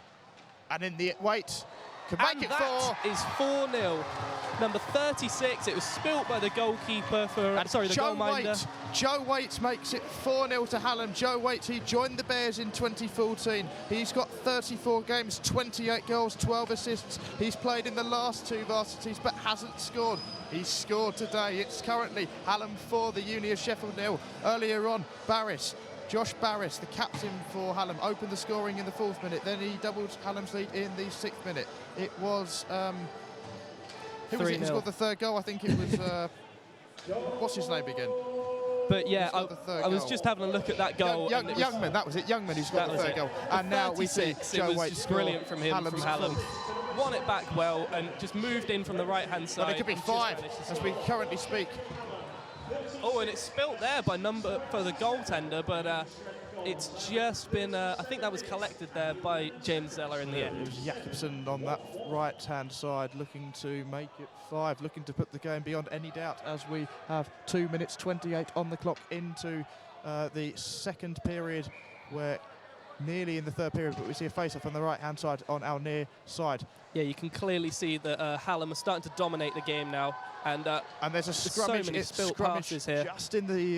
Just in front of Zeller in that Uni of Sheffield goal. Hallam looking to make it 5-0, but in the end, the ball is played. Sorry, the puck is the puck is frozen back there into Zeller's hands, and the referee call a face-off. Yes, Sam Constant with me in the commentary box here. We are currently, I reckon, about 10-20 feet above the rink below, but it's a great game so far. It's currently quite one-sided, but Uni of do have the puck on the far side. Now they've lost it now as it goes into the end zone. Yeah, that's on for number 92 now, who can swing it into the middle here. I think he's got number 8 waiting in the middle. And that's Adam Carrott looking to find space into the Uni of Sheffield defensive zone, looking to make it 5-0. But currently the Uni of players there for Hallam waiting for any kind of move for Sheffield Uni to break, but didn't quite work out for them. We see the Uni of just trying to get back into the game here, just trying to work that counter-attack, looking to work the width up in the pitch. But again, Charlie Youngman for Hallam came across a brilliant interception from Youngman, who scored the 3rd goal for Hallam. So not only is he attacking, but he's also defending well for Hallam. And now off to our left, number 15, Tom Patty, out wide, looking for 27, Jake Ramsey, who had that chance earlier on. And now Uni of Sheffield suddenly win it back from the neutral zone. Number 6 trying along. 61. I think that was a slap shot there. Young, oh, sorry, it was a wrist shot. But yeah, number 33, just the goalminder there, George Bradbury, just easy catch for him. Sheffield Uni need to get a lot closer if they're going to try and get anything back here. It's it's kind of a wasted opportunity, I'd say. They just need to push forward and hopefully get into more of those chances where I think it was number 14 for we see there for Uni. Killick, number 58 for the University of Sheffield. Killick studied biochemistry, graduated last year, played in his last 2 varsities for the twos. So the captain is experienced, but his experience will need to count because they are currently 4-0 down. The Uni of Sheffield do lead in the varsity standings, but they are down 4-0 here in the ice hockey at iceSheffield. We are live on Forge Sport, Forge TV and Forge Radio. And Hallam just managing time, I think, here, Sam, to an extent. But you see number 27 there, Jake Renty does win it back. He's got and 15 on the right-hand side. Looking to go to the right-hand side. Renty looking for the shots, but in the end, Zeller saves, and that will be, I think, a stoppage in play and a face-off. Yeah, another face-off here, but I'm just having a look at how Hallam are lining up. They're lining up very defensively now. They've got those 2 men at the back there. I think that's just having a look at the numbers. You've got number 50 for Hallam, which is Bruce Francis, and number 76, which is Adam Normington. They're just sitting back, sitting tight. If Uni of Sheffield tried to break, then they can just easily cover well. See, look, here you go again. 20 seconds to go in this second period. Hallam 4-0 up on the Uni of Sheffield. And that was a poor spill there from the goalkeeper to the netminder. Oh, that was a shove there from number 33. The goalminder for Hallam Uni on, I think that was number 34 for Uni of Sheffield, Ed Shaw. That was George Bradbury and Ed Shaw, as you just said, Sam, and there were currently 9 seconds left. Well, we've seen it throughout history, really, in sports, where at the end of certain periods, even with 9 seconds in the clock, something like this, where there's a face-off into the Hallam defensive zone on the far right-hand side, it could count. They've got 9 seconds left, 7 seconds, Something 6 now seconds. for Uni would be perfect for them, but I don't think it's going to come, and I think they're going to go down at 4-0. And you see Barris on that far side, who has been ever present in the second period, ever present in the first period as well. Let's not forget, he said to me before the match, he hasn't been skating properly recently. And, well, it's an extraordinary claim to make when you've scored 2 goals and probably a man of the match performance so far, would you say, Sam? Yeah, I would say he's done very well. The captain, Josh Barris, hope maybe he can go for a third period, but that was not a strong period for Uni of Sheffield. 2-0 in that period, and now it's 4-0 overall. It's going to take some doing if they're going to try and come back from that, but I think if Hallam now, they've got that lead, they can just easily sit back. They've got those 2 men, number 50 and number 76. Reece Francis and Adam Normington, they're just sat there in the middle, and if there's any moves from Uni of Sheffield, they can just easily counter. Well, Hallam scored 2 goals in the second period last year. Sorry, 3 goals in the second period last year. They scored 2 goals in the second period today. Uni of Sheffield need a miracle today. And we're going to go back to Will Moran, who's down live at the other end of iceSheffield. Your commentators there were Tim Adams and Sam Constance, so thank you very much for them for bringing us some excellent commentary.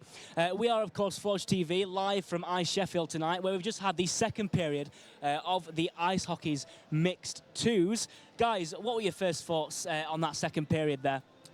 Well, from a Uni point of view, it was a bit disappointing, really, because they started off well. The forecheck was good. They put pressure on the Hallam defenseman. And then they just gave away 2 of the most stupid goals. I mean, the first one, they were both opportunities for Zeller in the Uni goal to freeze the puck. The first time, it was a lack of communication with his defenseman, and I don't think Charlie Youngman will ever score an easier goal than that. I mean, I could have scored that, and I can't even ice skate. So, and then the second of the 2 goals that period, again, the same. Zeller should really have frozen the puck. But that said, you can't blame him too much because he's kept Uni in it that period at the same time. He's made several fantastic saves, 2 really great ones from Jake Renzi with his blocker. And, you know, as much as you want to say, oh, he should do better there, he's not normally a goaltender. He normally plays out on the ice in the ones game. So, not too much blame attached, and really it is all over now. Yeah, sure. I mean, Josh, have you got anything to add to that? What's been your reaction to that period there? I think, you know, Hallam obviously again outplayed the University of Sheffield but the goals did come from silly mistakes. So and what I saw it was a lack of communication. So in some aspects of the game, the University of Sheffield have improved from that first period, but it's just those lack of communication, those silly errors that have then put Hallam further and further in front. Yeah, definitely. I mean, when from puck off, it looked like Sheffield had made a pretty sort of more improved start from the last period there. But again, like you say, silly mistakes. What have they got to learn from that now, from the first two periods, headed into the last one? Well, I think it's a lot of the same things we talked about. I mean, the number one for me is improving that power play, because again, they had another 2 power plays there, 5 power plays, not a single one converted into a goal. And that's a massive disappointment for the University of Sheffield, because that's really where they need to capitalise. And with 5 opportunities, they'd have hoped that they might have got 1 or 2 in there. But they haven't, and of course, shooting just in general, not just on the power play. We saw a couple of good opportunities. I think Adam Wood had a couple of bites at one towards the end of the period, and then that huge chance right at the end where Wood did all the hard work, and then it came across for I can't remember who it was, and I've covered the name with my stats. Will, that's the problem. But it was an absolutely huge opportunity, and he really should have scored. Yeah, and Josh, so obviously that opportunity huge. Do you think that would have made any difference for the University of Sheffield headed into this final period? Oh, huge difference if that goal would have been converted. It would have been absolutely amazing for the University of Sheffield, because they would have look at themselves like, hang on, we can score here. We can play good ice hockey, because that chance did come from some really, really good ice hockey.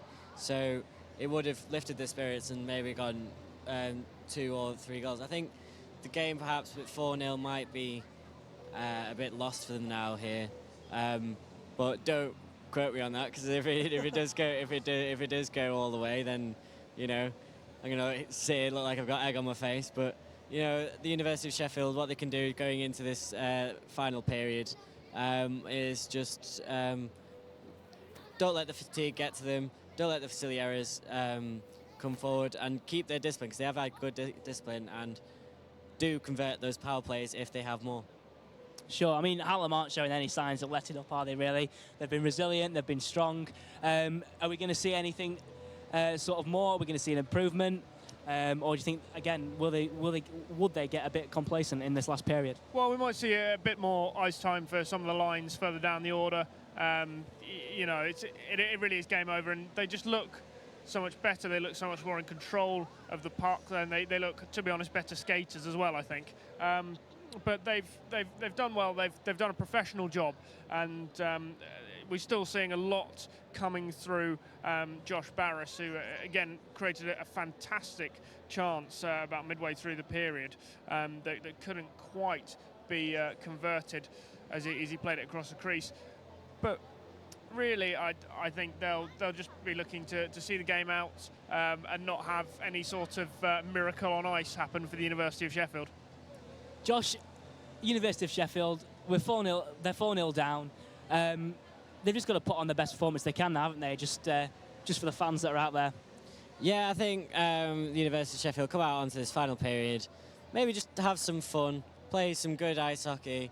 We have seen through that chance that Adam Wood created in that second period that the University of Sheffield are capable of playing some good ice hockey. So come out onto the ice, get some confidence up, play some good ice hockey, and then just try their best not to let fatigue set in, and just try and enjoy the last period, because I think they will enjoy it, because they are, of course, all part of the same Sheffield Ice Hockey Club. So I think, this last period they will just try and enjoy the game and try and just play some good ice hockey. Yeah, I think in a weird way as well, it sort of takes the pressure off a bit for the players now in this final period. Just like you say, go out, enjoy it, enjoy the spirit of Varsity, because at the end of the day, that's what it's all about. That's why we're here, isn't it? Yeah, look, all of these players will, apart from the ones obviously play in the ones in a different position, most of them will never get an opportunity in their lifetimes probably to play a game of hockey in front of this many people. So with the crowd here, enjoy the atmosphere, enjoy the occasion and just go out there, try and get a goal, and from the University of Sheffield's point of view, try not to let yourself get embarrassed. Absolutely. And I think after today, Josh, do you think this is going to be a big confidence booster for Sheffield Hallam now? Because obviously the total varsity score at the minute not looking too great for them. What's your thoughts on that? Well, obviously, EIS Day is traditionally Hallam's day, so I think the University of Sheffield are in front, got a good lead in to go into EIS Day, but then Sheffield Hallam will be looking forward to the American football because they're hot favourites for that, and a lot of the fixtures at EIS. So I think this one extra point going into sort of their hot streak, as it has been in previous years. So yeah, I think you're right. I think that Sheffield Hallam could gain a bit of confidence from this going into further varsity fixtures to see what the rest of their teams can do. Absolutely, and Hugh, I think we're possibly going to see that we're going to see a win for the American football as well for Sheffield Hallam. 2 wins back to back. Possibly. Wait, more than likely, shall we say?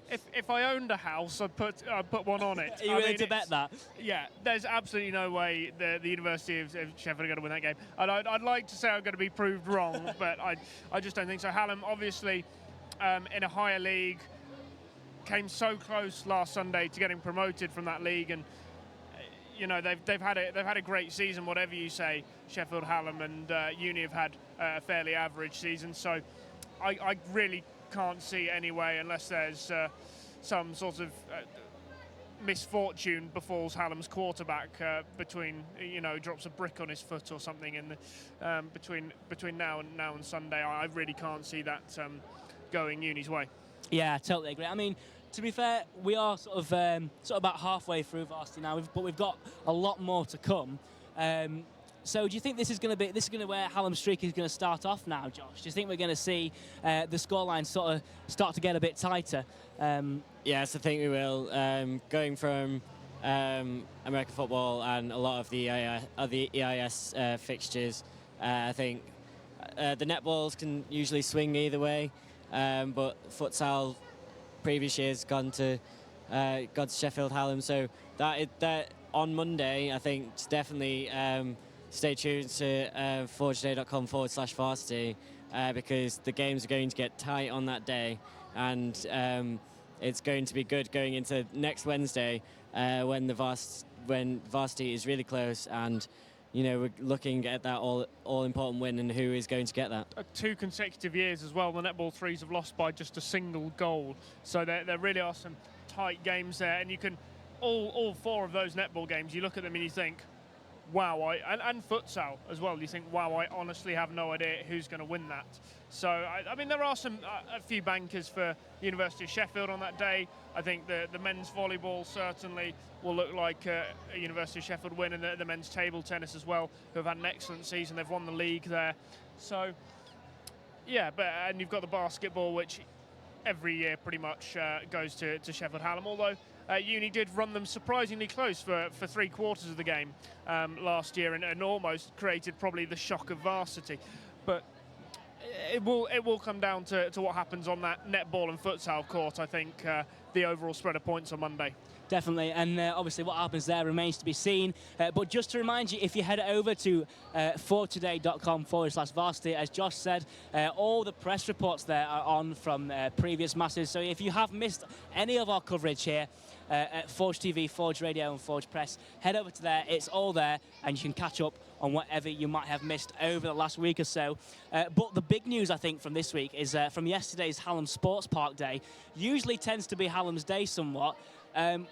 Sheffield University extended quite a bit of a lead, let's say. Unusual, that, isn't it? Really unusual. And there are a lot of them are the team sports where both universities quite well matched. You look at the football, often an even split, maybe 2 points each. The rugby union, even split 2 points each. Rugby league, as Josh said earlier, traditionally Hallam and traditionally, but then for the last 3 years, I think, in a row now, it's gone to the University of Sheffield.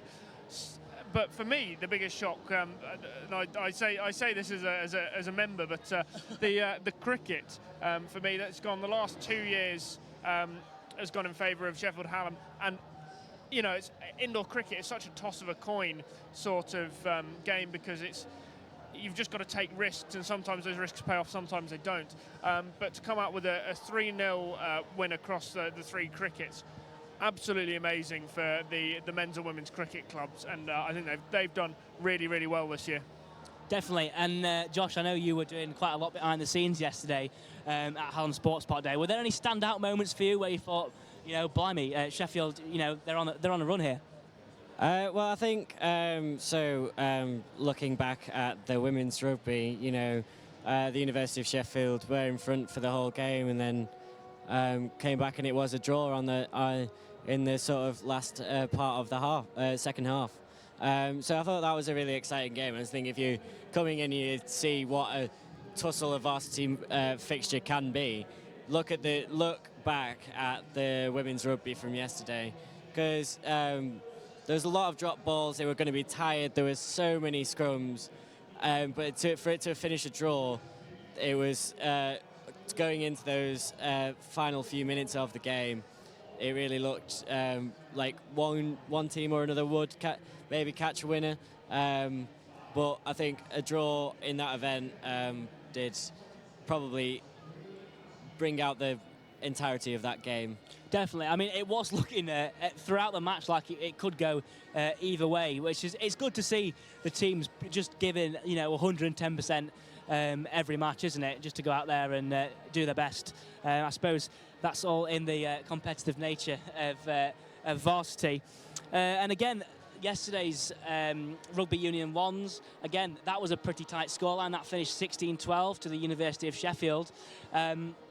Any thoughts on that, Josh? I know you were there yesterday. I think yesterday the University of Sheffield played smart rugby.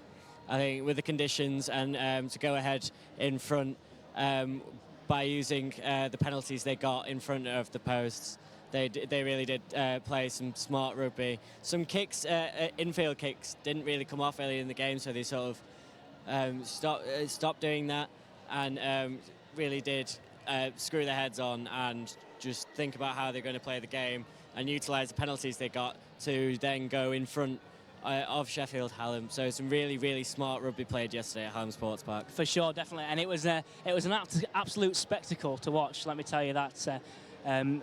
Hugh.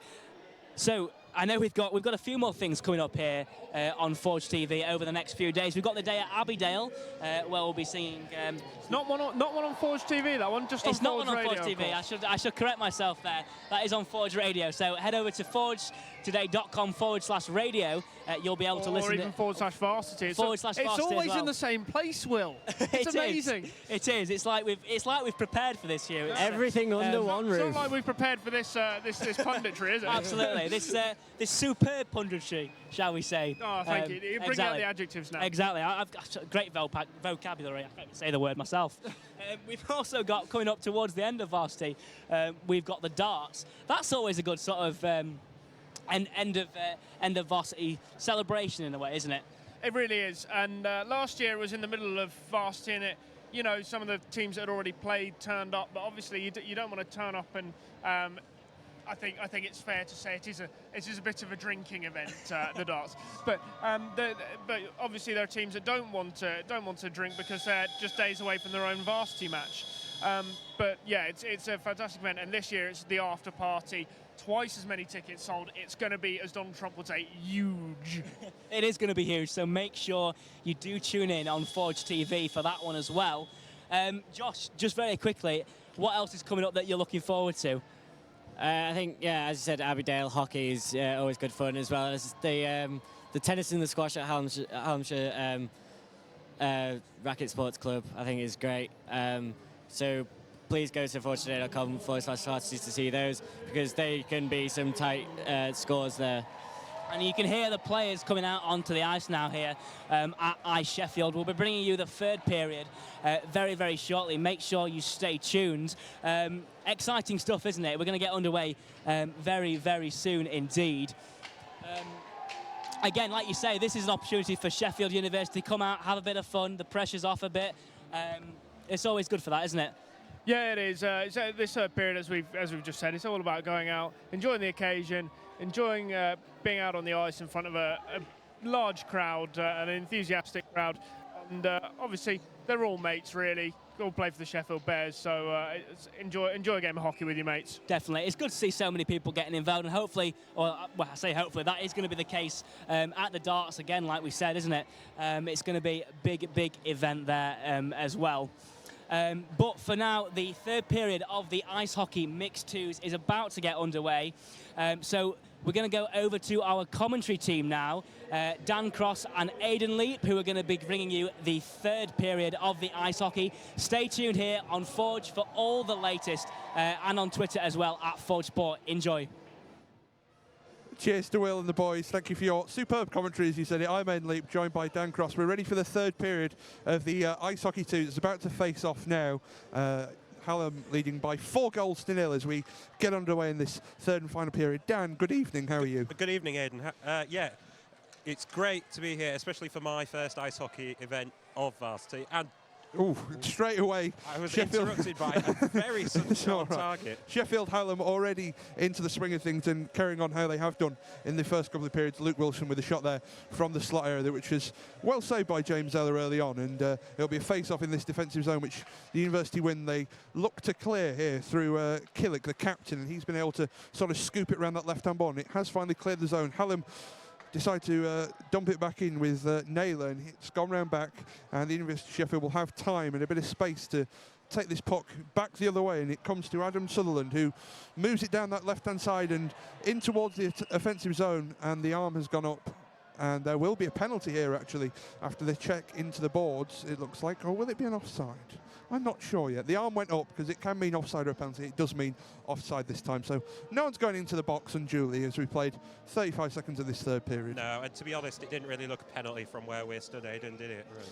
No, it didn't. It was a check into the boards, and it didn't help that the Sheffield man was falling over. But the puck's dropped again, and Hallam win this face-off, and they'll just decide to use it smartly in their own zone. And this comes with Jake Renzi, who moves up the right-hand side. He's been very impressive in this game so far on this line, actually. It's been a very good line all night for Sheffield Hallam, and he'll keep on forechecking there, and he's going to get the benefit of that by winning the puck. Backhand shot goes just wide of the net, and the University of Sheffield will be able to clear it with Adam Wood, who doesn't quite clear the zone. It'll be slapped back in. It's an easy save there for Zeller, who flips it up off his stick and grabs it in his glove for a face-off. We played a minute of the third period. You're listening or watching the Ice Hockey 2s here from the Bauer Arena inside Ice Sheffield. It's been a good atmosphere as well tonight, hasn't it, Dan? Yeah, it has. We've seen... Well, I think both sets of fans will have enjoyed it, even those from Uni of, since they're 4-0 down. But it's been a very good game overall. Yeah, it's always a new sport to introduce quite a lot of the Varsity crowd to, is ice hockey, and it's been enjoyed here as that shot comes in and is blocked well, but the puck will rebound in front of net, and again a cover up by Zeller, who's been overzealous would be a bit of a pun, but he's been a bit overzealous in his keeping style, diving out of his crease, and that led to problems, which led to the third goal in the middle of that second period, scored by Charlie Youngman. Yeah, and especially since Hallam appeared to be in the ascendancy at 4-0 up as they win yet another face-off, and we've only really played 2 to 3 minutes, and they will be taken on our far side. That man Youngman, who scored that third goal, has not won the face-off, but he's been able to recover it now, and this puck will swing behind the net, and it's come to Carrot even. I can't see my own handwriting, which doesn't really help in ice hockey, but it's okay as the University of Sheffield are able to clear it, and it's a miscontrol by Naylor, and this will go in and round, and we'll have to stoop down to see through some of the metalwork here at ice Sheffield. But come forward again with Carrot on this left-hand side into the circle, and he'll look to perhaps square it. He's going to go round back looking for the wraparound, but he hasn't been able to get a shot off. This puck's falling in the middle to Youngman. It's very scrappy out in front. Who's it going to drop to? It drops to Wilson, and he's going to look to perhaps play it back. There's Youngman moving into the slot, and he did so, but wasn't able to make anything of it, and the University of Sheffield will be able to very slowly move it out of their own zone, and that pass was long and looking for Ed Shaw, but he couldn't control. He's been able to carry on though, and this means the puck that's fallen to the University of Sheffield, but won again by Youngman, who'll bring it forward on this right hand side. It's 2-on-3, and he'll just shoot it in on goal, and it's well saved as the puck comes back round. It's been very scrappy first sort of 2 or 3 minutes, hasn't it, so far? Yeah, it has, but you can clearly see how dominant Hallam are being in possession and indeed chasing down the puck and just generally playing. They're generally playing much better. They look to have a little bit more fitness as well, I'd say, early in this third period, where it really counts as Normington goes round behind his own net, and he'll scoop it out, and it's ended up coming to centre ice, and it was Millman who tried to bat it down, but he wasn't able to. But it's okay because the puck has still come to Hallam, and Millman's gone towards the net. It's a good save there, though, made as Jacobson's had the shot, but Zeller has been able to get his body behind it again, and he's been a very busy man, Zeller, tonight, and despite that mistake for the third goal, I think we will call it a mistake, unfortunately. He's had a pretty solid game, hasn't he? Yes, definitely. He's made a lot of diving saves, I would say. Definitely just go for safety first, really. Yeah. He's aggressive. He likes to come out of his crease, and we've seen that a couple of times tonight. Normington passes it to Barris. He's got a 2-goal night already. He's looking for that hat-trick, and he moves in behind. He scored the first 2 goals of the night in that first period, which gave Hallam an early lead, and he's still chipping at the puck, which is stuck behind the net somewhat. It's been cleared half there by the University of Sheffield to Jacobson's, and he's going to drop it off to Barris again, who moves in front of the net. He looks like he's winding up for a shot, but the puck's just run away from it. It's going to come back to Jacobson's, though, who's in space, and again, that dive from Zeller, but it's good enough to cover up, and this puck will be frozen. We've played, 3 minutes and 19 seconds of the third period. Hallam still leading by 4 goals to nothing. Yes, and Barrett was looking for his hat-trick there, like you say, scoring Hallam's first 2 goals in the first period. He was winding up to try and get that hat-trick, but another diving save by Zeller in the uni goal. Barris has looked really impressive tonight in that second goal. If you haven't seen it already and you're watching on Fudge TV, make sure you rewind. It was about 6 minutes into the game, and it's a really classy goal that he scored there. Just a bit of a delay here as the referee waits, but the puck is finally dropped, and it's sort of got tangled up with the linesman. And I'm surprised that the whistle didn't win, but it's all right because the University of Sheffield have been able to clear it, and it's cleared all the way down ice. But there'll be no icing here as Naylor's played at it, and they move it round back, and this comes to Howes, and Howes will look to chip it further, but they can only get it to Slater, who shoots at the University of Sheffield, and it's a good save actually made there by Bradbury in the net. He's not been overly tested, Bradbury, tonight, but when he's been called upon, he's looked very solid, and Hallam are going to come back the other way after that save, and here they come with Renzi, and Renzi on the left-hand side looking to stick handle in, and that puck has gone into the side netting. I think it's gone somewhere where it's been frozen. It's either under Zeller or in that side net. I think it ended up under Zeller. Yes, I think he definitely got a touch to it, and I think, yes, it looks as though it will be another face-off. It will be another face-off. It's gone a bit quiet inside the... It has. As I'm going to keep on calling it the newly named Bauer Arena. You're getting that branding right in there. I really am. Well, they've paid for it, so I feel like I should give them a bit of branding. Because I don't think anyone else has called it tonight. This puck's won by Hallam. It's come back to Francis, and they've got to move it inside, and it's going to be swung at there by Carrot, but he's missed it, and then it's going to be played at again by Youngman, and he's also not been able to. This has been a very busy line so far at the start of this third period. Here's Carrot. Youngman sort of hankering around the top of the circle, but it's not going to come to him at the moment, and the University of Sheffield should look to clear it. Youngman, though, getting in hard on that forecheck, and then he'll fire it across. Lovely pass. Goalie down. What a save that is. That's a fantastic save. Wilson was right in the slot, and that's a brilliant diving save by Zeller. He looked like he was down for all the world. He might still not go away with it. He has done, because he's made a great glove save again from Youngman's, and 2 shots from the slot area there have been thwarted by James Zeller. Yes, that was some excellent goalkeeping by him for Uni, and that the crowd appreciated that. You can see that sort of perked them up a bit, and they feel the team are really putting in a good performance in this last period. I appreciate it as well. It perked me up a bit. It got me back in focus, I would say. It's the first time I've had to shout, and I don't like shouting on the radio, but when something exciting happens, I think I'm duty-bound. Hallam have once again won this puck, and their necks are craned left, unfortunately, if you're a University of Sheffield fan, for the opening 5 or so minutes of this third period. University of Sheffield, of course, 4 goals down, but they haven't really offered anything.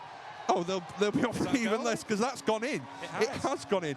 It's slipped in under. It's that man Adam Carrot, and it looked like there was sort of no trouble at all there for James Zeller. Zeller was just stood up, but Carrot somehow managed. I think he's banked it in off one of his skates, and it's gone in. It means it's 5 goals, nothing. I think you can hear from our intonation a goal out of nothing, really, Dan. Yes, definitely, Aidan. I mean, from where we were stood, it looked as though there were 2 University of Sheffield players that could deal with it comfortably, or indeed goalkeeper who could have just dived on it, but somehow Hallam managed to squeeze it in to make it 5-0. Yeah. That's the end of Zeller's night and goal, coincidentally, for the University of Sheffield. He's been replaced by Chris Johnston, who's the backup goalie tonight, and he'll be he's just going to get his gloves on and his blocker, and he's ready to go now.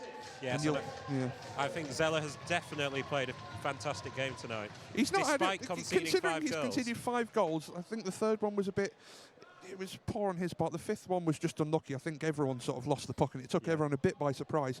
But that's the end of his night, and we'll see what Johnston can do for the rest of the night. What is there? There's 15 minutes to play, so he'll get 15 minutes here at iceSheffield to show us what he can do in this Ice Hockey 2's game. Hallam lead by 5-0. See if the University of Sheffield can get on the board here as they look to work it round. But they've only found a Hallam stick, and it's going to be dumped into Jacobson, and he's going to work it round back. He's hit well. Here's the man Barras. He's scored twice tonight. Drops it to Normington at the point, and his shot is blocked. Barras will wheel round, and he'll get this again, and he'll look again for a pass, but he's not been able to find it. And the University of Sheffield perhaps here can come forward with Walken, and he's laid on a decent-looking pass, and the shot comes in from Sutherland Waite, and it's well saved. That puck has just been kept in by the University of Sheffield, actually, on that left-hand side, so that means it's not an offside. But Hallam have plenty of time to play it in that far corner, and indeed it was, who was it? It was Semyonov who took his time and found a good pass, and Hallam can bring it up again, and they're 3-on-2 here if they can play this right. As men joining, Barras is spare on the left. The shot has just deflected off the bottom of the post, it seemed, from Waite, but it'll be cleared by Sheffield again. As we go from end to end, this is the first real time that the University of Sheffield have posed much attacking threat, but it's still not come to anything. And here comes Barras down that right-hand side. He's got 4 University men chasing after him, but somehow he still goes, Barras. He's had his stick held and then he's flattened as he looks to move in towards goal, but nothing doing from the referees. That's been lost out in front. Shot coming in, good save. Barras on the rebound. Oh, it wasn't Barras, it was Waite. It was. And the puck's stuck onto the goalkeeper. The referee seemed to freeze it quite quickly. It was Renzi with the initial shot, which was saved, and then it came out to Joe Waite, who wasn't able to stuff it home, and Johnson, his first real job tonight is to dive on that puck. Yes, it'll be interesting to see if he can keep his own personal clean sheet, but, you know, Hallam have pretty much dominated this third period, and it will be another face-off in the University half. They really have, and the University of Sheffield haven't got any momentum at all. Let's see if that can be stifled again as Young is thrown out of the face-off circle for an early movement, and Renzi has won that face-off again, but it's fallen just to University stick, and then he's chopped back in by number 51, which is Esmond Howes, and he's worked it in there as this puck will once again go down low, but it's not going to work. And here's the University of Sheffield's captain Killick, and he drops it back to Asidi. And that's just going to be floated up the boards, played by Naylor, so there'll be no icing here as I crane again to look through the metalwork. It's dumped in and back round, and it comes, eventually it'll come to Joe Renzi again, who's had a very long shift here. He's been on for a good minute or a minute and a half, and normally in ice hockey you're looking at 45 seconds, but he's stuck out there as this puck is sort of bouncing around centre ice with Young, and Young is going to throw it across, but it's not going to get to any player in black and gold, and this puck will then go the other way. Killick, the captain, will get it. He'll recoil round his own net. 12 minutes 40 to go in the third period. Hallam lead by 5-0. You're listening to the Ice Hockey 2s, or you're watching the Ice Hockey 2s. I always say listening. I'm a radio man. As Youngman moves in, and the shot comes off the blocker, I think it was, of Johnston, sort of flipped up, and it's gone out of danger. I always say radio. Yeah, we mustn't forget our TV-based colleagues with us, should we? But I get used to being on radio, so there you go. Hallam coming forward, looking for another goal, and that shot is fired across the crease, but no one on the other side to get a tip, perhaps, and this one's dumped back in by Hallam. Killick again, round the back. He needs to look to clear here, especially when he's under pressure. He's not been able to clear, and it's been won back by Youngman, and he's stuffed it in under the pads of Johnston, and it's 6-0. Yes, University of Sheffield really should have cleared that, shouldn't they, Ada? Yeah, they should have, and Killick had plenty of time.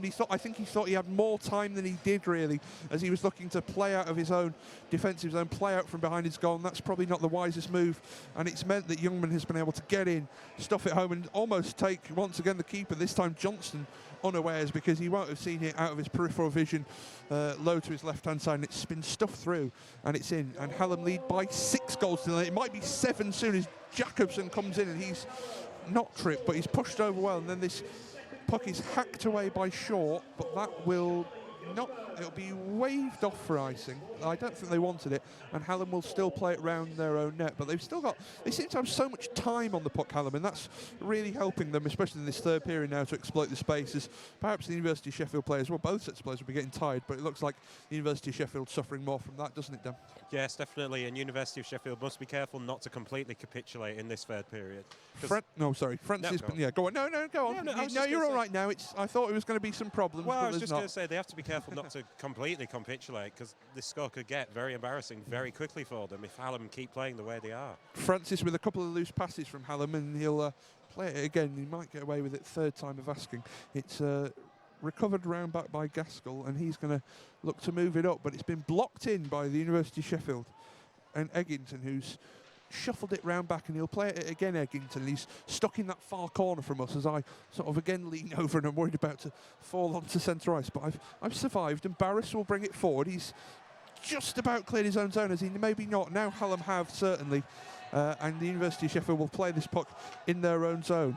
And this is Adam Wood wearing the shirt of Michael Shalossi, who you'll probably see next Wednesday in the men's, not the men's ones, just the ones in ice hockey, mixed ones, of course.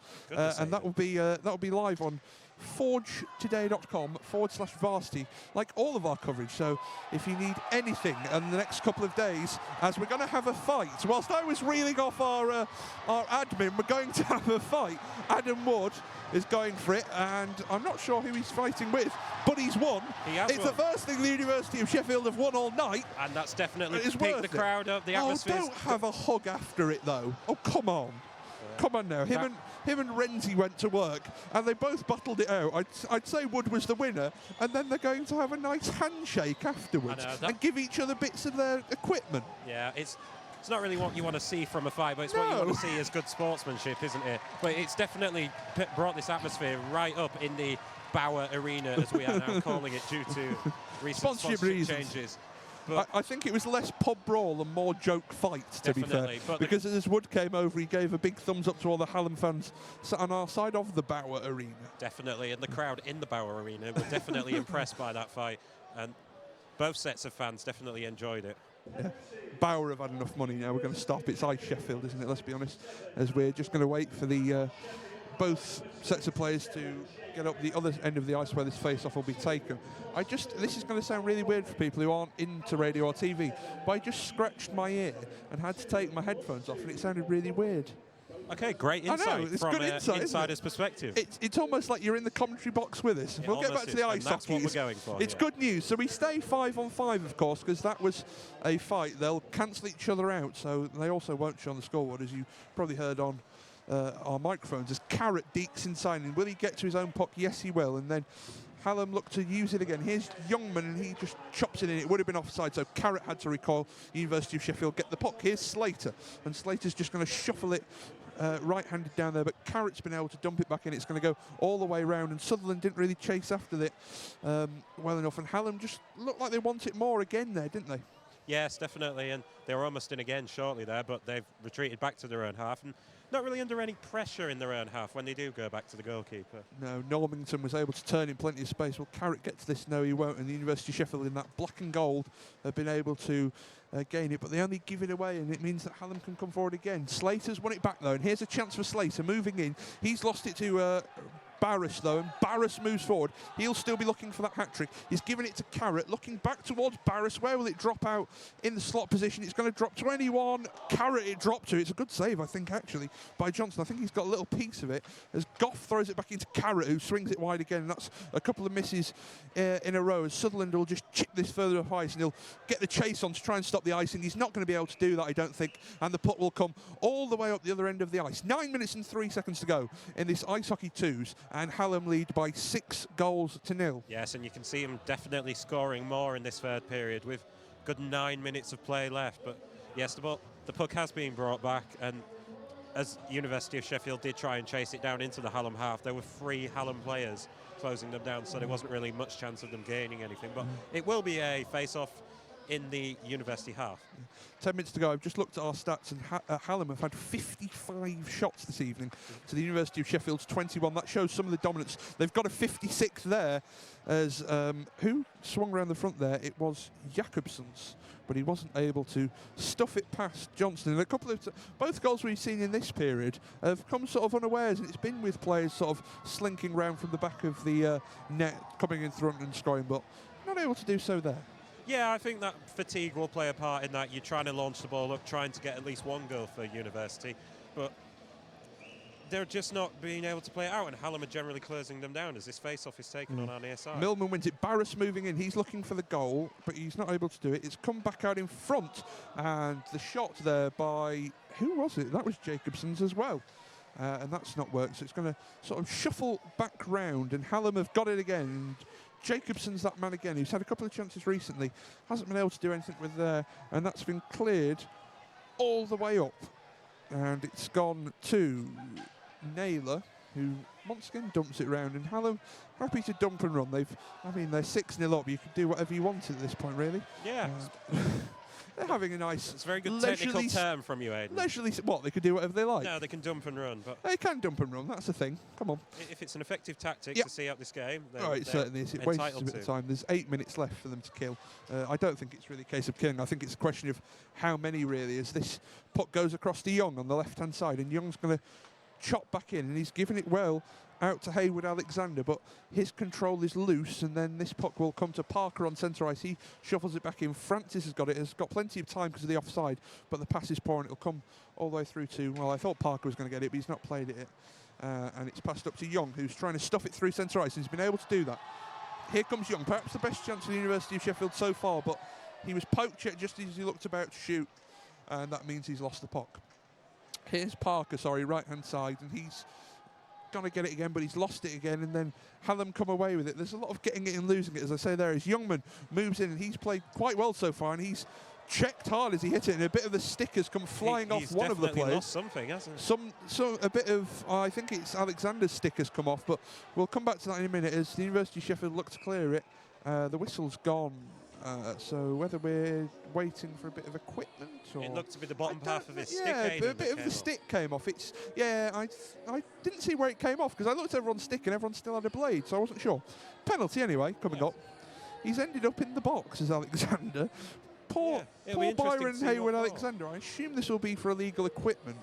Or lack of. I don't know. That's why I assume it to be, but I didn't really see any infringement until he just picked the blade up from centre ice that had fallen off and ran it back to his own bench. He didn't seem to have done anything untoward. From that. There's a new stick comes his way as well, so it was his stick blade that had fallen off.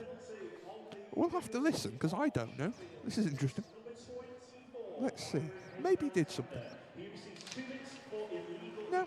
I was right. It's you fine. were right. I know more about this game than I let on, don't I? There was probably a trip there as well, as Hallam have got it, and they'll look to move it out. So, Hallam go on to the power play again. How many have they had tonight? They've had a couple, I think. No, they've had just one, but they didn't score from it. Of course, they did score a short-handed goal earlier in this game as well. So, it's been quite a good night for their special teams. Let's see if they can do anything here. Slater has a shot for the University of Sheffield that is glove saved well by George Bradbury in the goal as he had to stoop low to his left-hand side and he was in that butterfly position nice and early to be able to scoop it up from the base of the post. 6 minutes 41 left to play. Yes, it was quite a hurtful effort and the goalkeeper for Hallam had it covered, but it will be a face-off and a chance for University of Sheffield to maybe get that goal that they, I would say, deserve at least one goal. As Alanis Morissette once sang, wouldn't it be ironic if they scored on a short-handed attempt? Here comes Slater. He moves forward, shoots again, and he's once again thwarted by George Bradbury, who this time has seen the puck bounce up off his pads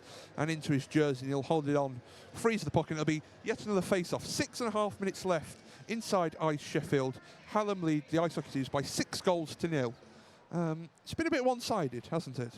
Overall, it has, but I think University of Sheffield... Ooh, that's got to be a penalty. The arm goes straight up. Sorry, I'll have to cut across you there. No. That's an awful check. There might be another fight here, but I'm afraid there... Oh, maybe there will be a fight. I'm afraid Naylor has done something really stupid there. Because with 6 minutes to go, we've said how much they're dominating.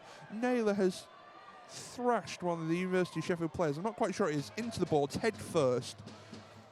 it's an awful check, and in fact he has been given a game misconduct, which is hard to disagree with. I'm trying to see who it is who was checked there for the University of Sheffield. It was Slater again. But he looks okay. He's on his feet, isn't he? That was an awful check. It was if he'd just gone straight for him, straight for Slater, and he's checked him into the boards head first. And it's a good job that Slater's okay still, you know, because it was an awful check, and especially like I say, when you're 6-0, there's no need for that, is there? No, there's no need. And to be fair to Hallam, 2 or 3 of their players did wave over and say, look, we should probably, that fair enough. We've taken him out there. Just check he's okay. It was a really stupid check, and I'm glad he's got a game misconduct. There's only 6 minutes left anyway. I shouldn't say I'm glad that he's got a game misconduct. No, it was a really poor media of Varsity 2017. It was a really poor decision on my part, and I think the referees have got this one. Have got this one right. I said they've got this wrong, didn't I? So it's Craig Naylor who'll get a game misconduct. Yeah. Oh, it's not even a game misconduct. I thought it would be. It's 2 + 10. So you won't see him again. No, you won't see him. I can't believe he's been given 10 for incitement. I can't believe he's not been given 10 for a check to the head. But he's got away with it anyway, and not his finest moment, whatever happened.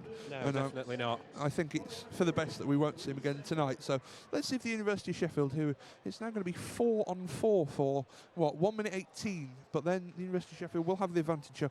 4-on-4, a bit more space on the ice as we move on from that check. There'll be a bit more space on the ice, a bit more speed, and that will probably only help Hallam University, unfortunately. But the University of Sheffield looking just to get 1 goal on the board. It'd be nice to see them get 1, especially for all the fans who've come out who are sat on that far side, so you'll be able to see them on our camera. Our side, he's got this behind the net, and it's going to be just scooped back around, I think. Yeah, and the University of Sheffield will take their time on this 4-on-4 play, which is 49 seconds of before the University of Sheffield will have a power play. Nice to see Slater back out after that hit to the head he took a minute ago. He's carried on playing as an edge is lost by Wakelin, but he'll be all right. He'll get back up, and it's all the way back round the net. Here's Varsity, and that one's going to be dumped out. And again, the University of Sheffield have got to this one first with Wakelin, and he's got space out wide if he could find the pass, but he couldn't. Slater moving up in front, and Slater will get there with he looked like he was skating through treacle for a moment,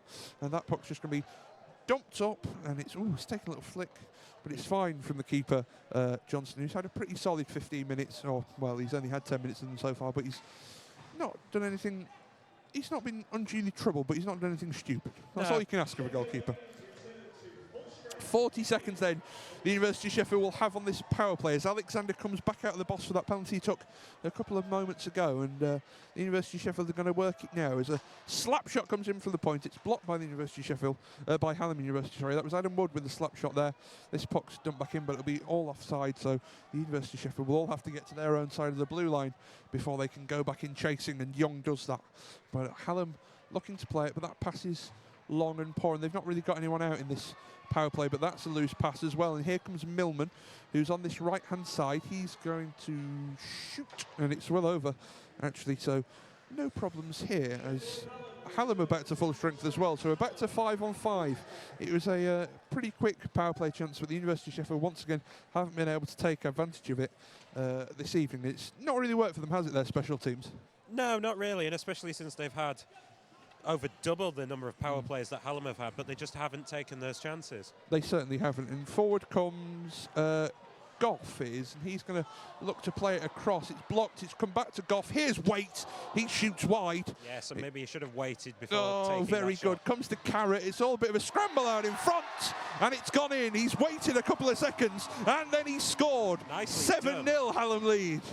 Yes, and as I mentioned before, maybe he should have waited, but he made no mistake with that second shot, firing in Hallam's second with about 3 minutes 48 left to play in this third period. Would you say that's deserved, 7-0, Aidan? Yes, probably. Yes, that's not the answer the listeners and viewers probably want, but I think it probably is. And never said that I won't go into the cliche bank also when I'm commentating. So thank you, Joe Waite, for giving me the best line of the evening. And that will probably be one of the last puns we'll attempt this evening. I don't know, it was pretty good, wasn't it? 7-0 then, Hallam lead. 3 minutes 48 exactly to go in this third and final period, and Renzi wins the face-off. And the University of Sheffield, the University of Sheffield, that was right. It sounded wrong. It was right. They just need to tighten up again. But I think it's a bit late, really, actually, having thought about that. But Carrot's dumped in. They just won't want to concede again. That's going to be the thing for the last 3 minutes. Carrot out in front. Great pass. Scores. And Renzi scored. I should not say they're not going to concede again. Jake Renzi out in front had all the time in the world to slot it home, and he's done exactly that. Yes, I definitely think that's the case of curse of the commentator. There it was. Well, I would say Hallam have definitely secured this varsity point. Aiden. I think they're close enough. It's hard to see University of Sheffield scoring 9 in this final 3.5 minutes, but stranger things have happened. It was a really good finish by Renzi. He found himself lots of space there, did Jake Renzi, in the slot, plenty of time, and he just sort of chipped it forward on the one-timer. It's more a redirection, actually, than a one-timer, but it's worked really well. Yeah, but they're going again here, Hallam. Yeah, it's Barris, and he's looking still for his hat-trick, and he's still chopping towards the net. But it's been held by Johnston. We've still got to do all the commentator in the arena's got to do 2 goals in one. I forgot about that. Oh, of course, yeah. We've seen 2 very quick goals from Hallam here to put them 8-0 up on the night. Luke Goff got the assist on that. We should give him a mention because it was a really good pass to pick out Renzi right in front of goal, and he really couldn't miss, and he's done well with the redirection. Here's Youngman firing from the point. Good save made. It was a good shot and a good save again by Johnston. It was straight at him. Yeah, but it was shot from the blue line, so unless it was a goalkeeping howler, you wouldn't expect him to score from there. Youngman got plenty of power behind it, though, and it certainly tested the keeper with 3 minutes and 5 left in this Varsity. I know Ice hockey? Vice City Varsity, no. Sheffield Varsity. Ice Hockey 2s. Nicely got there recovered. in the end. There Well it is. done. And Sheffield come away again. I was going to say it was 8-0. That's what I was trying to say after all that. It didn't really work.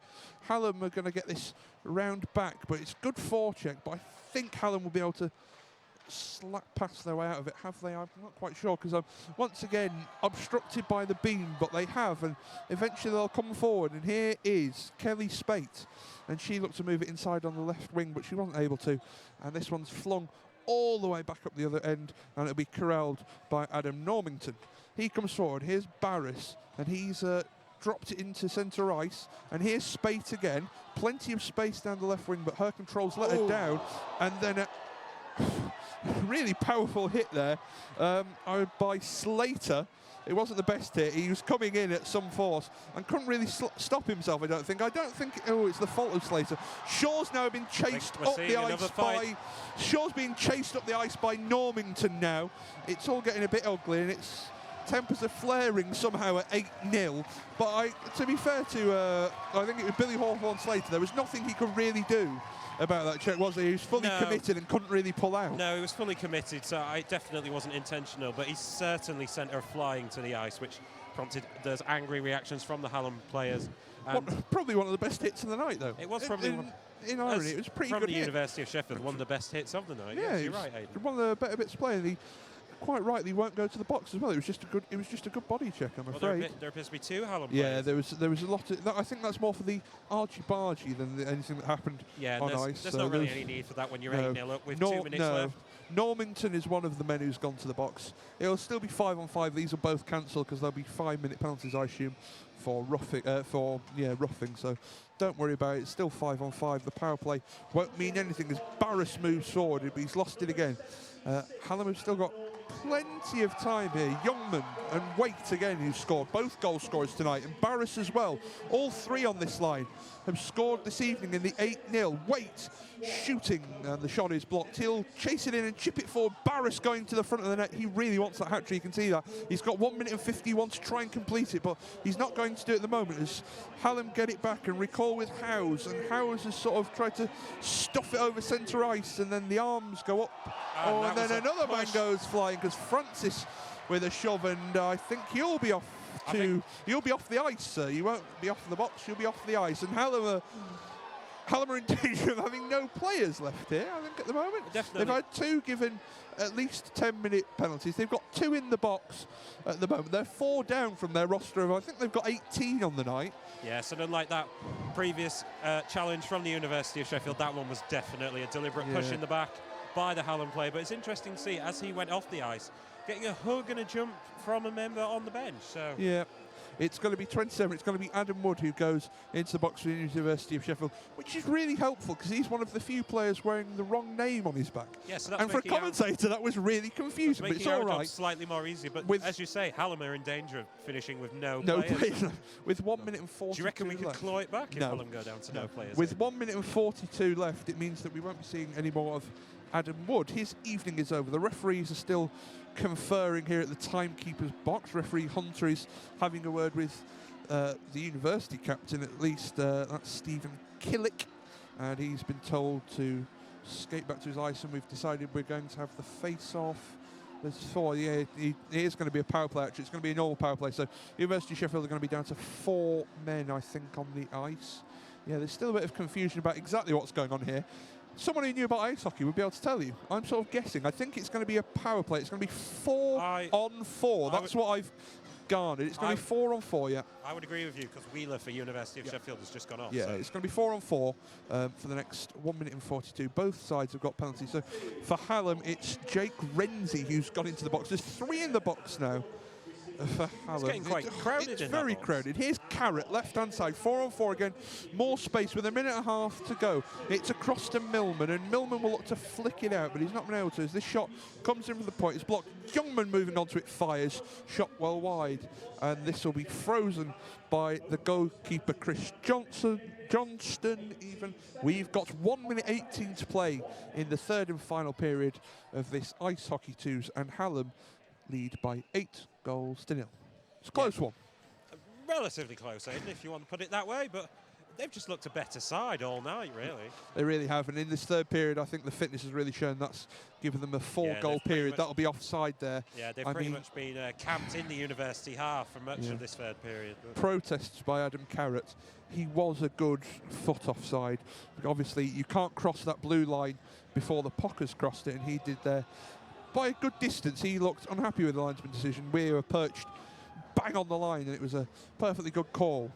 Barris in the circle for Hallam, and he's still looking, as we said all night, for that hat-trick, and he's going to chase this one in, but the University of Sheffield should get there with Asaidi, who's going to look to chip it away, hasn't been able to, and it's kept in by Waite. Waite still moving with it, and going to shoot towards goal, and that's well saved, actually. It's straight at the body of Johnston, but he had to get himself behind it and in the right position, and he certainly did that. Yes, he did, and he was looking for yet another goal for Hallam University, and it will be yet another face-off for Hallam. Yet another face-off. Barris again in the circle. He won it, but the University of Sheffield were able to pounce on it with Powell, and Powell move it forward and still look to move it forward, but it's been sort of chopped around centre ice, and Asaidi now has it in the zone. Lost it, though. And here comes Waite. He'll slap a shot. Blocked by Asaidi and down to the corner. Here's Barris again. And Barris, Howe's wanted it for the slap shot. Hasn't been able to. Here's a chance for the University of Sheffield now. Here we go. It's Peter Young moving in. Right-hand side. He's got Powell arriving in the slot. Hasn't been able to do anything with it, unfortunately, Young. And that means we chip back up to Waite.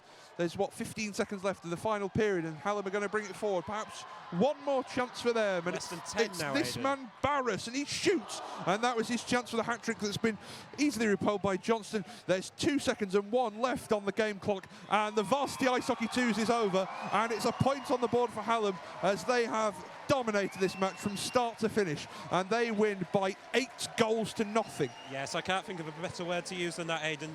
Hallam have dominated proceedings here at the Bauer Arena. They've generally been the better team all night, and it goes to show when the number of saves when University of Sheffield have had to make almost 3 times as many saves. Yeah, they certainly have, and it's disappointing. I can see our chaps getting ready to go down on ice, and I wouldn't want to be them because they all wore very nice shoes, and I feel like they're going to fall over. Yeah, but so a really dominant night, I think you can say, from Hallam University, and a deserved point for them, all told. Yeah, so I think, as you mentioned, we can see our pundits down on the ice. Yep. And should we hand over to them? I think that would be fair enough. Let's hand over to them. Let's leave you in the capable hands of Josh Roberts, Hugh Dickinson, and Will Moran. In ascending.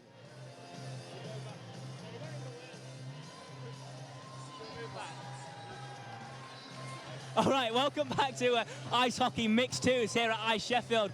We've just finished the match between Sheffield and Sheffield Hallam. It's safe to say Pretty huge win for Sheffield Hallam tonight, hasn't it, Hugh? 8 is a bit of a big number, yes, Will. It was. Well, we said at the end of the period, let's not let it get embarrassing, and I think perhaps it was a tad there. I was about to say, well, 6-0, 2 goals in each period, at least it's consistent, and then those 2 goals in 20 seconds, not ideal, really. Not really. Josh, any final thoughts on this match? Well, I think it all just got a bit ugly, didn't it? There was a lot of roughing, a lot of misconduct towards the end. I think it was all mostly in okay spirits. Some of it maybe not, but I think mostly they'll shake hands at the end of the match, and it'll be all right. Definitely, and that's at the end of the day, that's what Varsity is all about. I mean, things getting pretty heated on the ice tonight, wasn't it? But I think above all, Sheffield University, they came out, they did their best. Not much more we could have asked for, or maybe a lot more we could have asked for. We don't know. I mean, I don't think they were ever expected to win this one, Will, no, judging by the quality of the 2 teams and obviously the result last year and exactly who Hallam had in their team. But yeah, 8-0, probably would have hoped for a bit better, and obviously some goaltending errors there towards the end as well. Yeah, I mean, last year Sheffield Hallam won 3-1. So again, Josh, I know you were here last year. This is a pretty big advantage, or so to say, a bit of a bigger scoreline. Yeah, very big it? scoreline. I think last year, what was so different last year maybe wasn't from the outfield players' point of views. Like both goaltenders last year played an absolutely phenomenal game. So I think it came from that. But so I think that's maybe why the scoreline might have been a bit bigger this year. But of course we had some phenomenal saves from the Hallam netminder tonight. Like a few in the 19, right going bottom corner, looking straight towards the bottom corner, glove down. Excellent save, some absolutely excellent saves. So maybe the University of Sheffield could have nicked a goal, but some excellent saves from Sheffield Hallam. Definitely. I mean, you've just heard the fantastic crowd there cheering everyone on. They're just about to do the game awards. It's just great to see so many people here, isn't it? I mean, this is, like you say, this is probably the biggest crowd this game has ever had. So the Sheffield player picking up his end of match award there. Any particular players, Hugh, that stood out for you?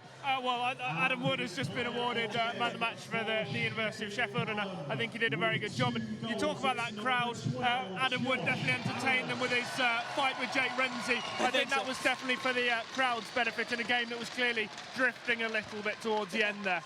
Added a bit of entertainment, didn't it, at least, Josh, don't you think, towards the end of that game? Oh, towards the end of the game, I think there was quite a lot for the spectators to get involved in. I think, as I said before, I think a lot of it is going to be shake hands after the match, and it'll all be all right. But there were some big hits and some probably some silly decisions by the players, but none of it was.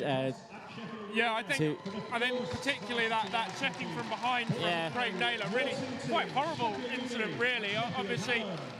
They do all play for the same team. I don't think he'll have meant anything by it, but I think it just got a bit out of hand, and that was the sort of thing that could really have caused incident. And I mean, I've just written in big capital letters here all over my book, as I'll show you, because it just all got a bit crazy. Really, it was all a bit much, and I don't think that the referees perhaps were expecting something like this, and perhaps I'm not quite sure how well they handled it. Yes, I mean, at the end of the day, lots of goals, one-sided match. The American football coming up on Sunday. I think we're going to see another Hallam win there. It is a morale booster, isn't it, for Hallam? This 2 wins back to back, really. Yeah. Well, assuming that that American football goes by the quite substantial form book, but yeah, they'll be looking forward to that, and it is important that they pick up their expected wins now, because they're going to have to, as a university, play out of their skins to get back after what really was a bit of a shock yesterday at Hallam Sports Park. I know we're hoping to get one of the guys to talk to us in a minute or two. We're going to sort out some interviews very, very soon. All the players going around, the crowd cheering, the atmosphere drawing to a close. It's still electric here at iceSheffield tonight. again, as you say, interviews coming up very, very shortly as the players start to come round to us now. Lots more coming your way on Forge TV, Forge Radio and Forge Press. I think we've got one of the University of Sheffield players here to talk to us now. Here's David Schofield to give you the interview. Hi, good to see you. How do you think the game went overall? Well, I mean, you look at the score and it doesn't reflect how well the team played, you know. I think every one of our team came out and played about as well as we could expect. They were great, every one of them, and I'm really pleased. Okay. Yeah. And how do you sort of see the conduct going? It very much dipped in the final period, but until then, you know, Hallam had plenty of bins compared to you, and then overall, how do you think that sort of... did you think it affected the game? It does affect the game towards the final period. What happens is that they come out and try and get under our skins. When they put up that number of goals, it happens, you know, and, you know, fights happen. You know, that's how hockey works, and they did a good job of doing that. But I think generally throughout the game, we managed to hold our conduct, and you saw how little we were in the box. So that really helped us have some offensive moments that we probably wouldn't have had without it. So, yeah. Very much something to be proud of. Yeah. And how would you reflect on your season as a whole now that it's come to an end? I mean, the season for the Bears, both teams, that's together. It's been great. We've seen strong performances throughout the divisions. You know, I think we're the biggest club in the country by quite some way, and we've had success in all leagues. You know, the most successful D team in the season, C team win their league again this season, B team nearly win their season as well.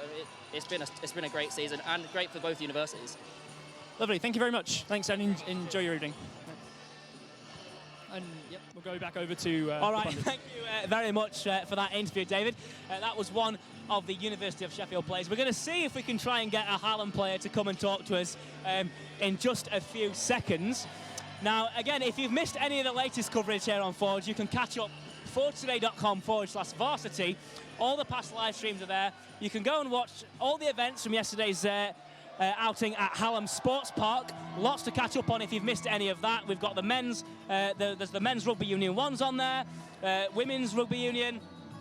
So do go and watch that, catch up, follow us on Twitter, #SUVarsity is the one you want, @Forge Sport is the username. We've got lots more to come, haven't we? I know we've been much more to come. We're halfway through, and like I say, at the minute the scoreline is looking very one-sided, but I think over the next few days we're going to see that starting to tighten up, aren't we? Absolutely. I mean, both these universities very, very strong sport-wise.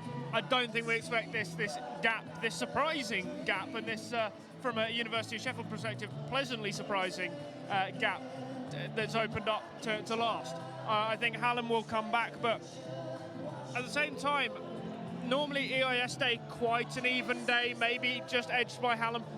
Finals Day, probably more the University of Sheffield's day. So, you know, they've got big ground to make up, and they really will, as I just said just now, have to play out of their skin. Definitely. It looks like we've got someone from Hallam's side who's come to talk to us now. So we'll go back over to David, who's going to give us a quick interview straight over here. Hi, I'm joined with Hallam's captain Barris. How would you say the game went? Was it a fair reflection when you look at the scoreline and you look at the game? Yeah, it was. We went out hard. We put the hits in. We skated hard. Easy being a captain when they do exactly what you ask. Would you say there was a bit of a conduct problem, particularly in the final period for your team today? I think so. I think our players were sticking up for some players, and I don't think there's a problem with that.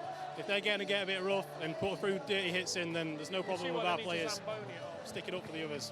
Okay, and we were speaking to the captain of the Uni of Sheffield team earlier. You know, you worked together as the Bears throughout the year. How has that season gone as a whole?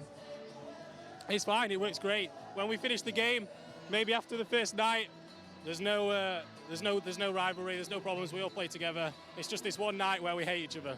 Fair enough. Thank you very much. Thanks again, David, for that. That was, of course, quick interview there with the Sheffield Hallam player. His team, of course, will be very proud tonight. And we're going to sign off now because event's drawing to the close. Thank you very much, you and Josh, for joining me tonight and giving some phenomenal punditry, shall we say. Oh, thank you very much, Will. Thank you very much for your absolutely amazing vocabulary. You have been an exemplary presenter. Excellent, and glad to see that expressive use of vocabulary carrying on. We have been, of course, Forge TV. Thank you very much for you've been watching live, either on our website, on Facebook, wherever you've been. Thank you for tuning in. We'll be back very shortly. Abbeydale, EIS, American football coming up on Sunday, and of course, finals day next Wednesday. So do stay tuned for that. We'll be back shortly. Thank you for watching. We've been Forge TV.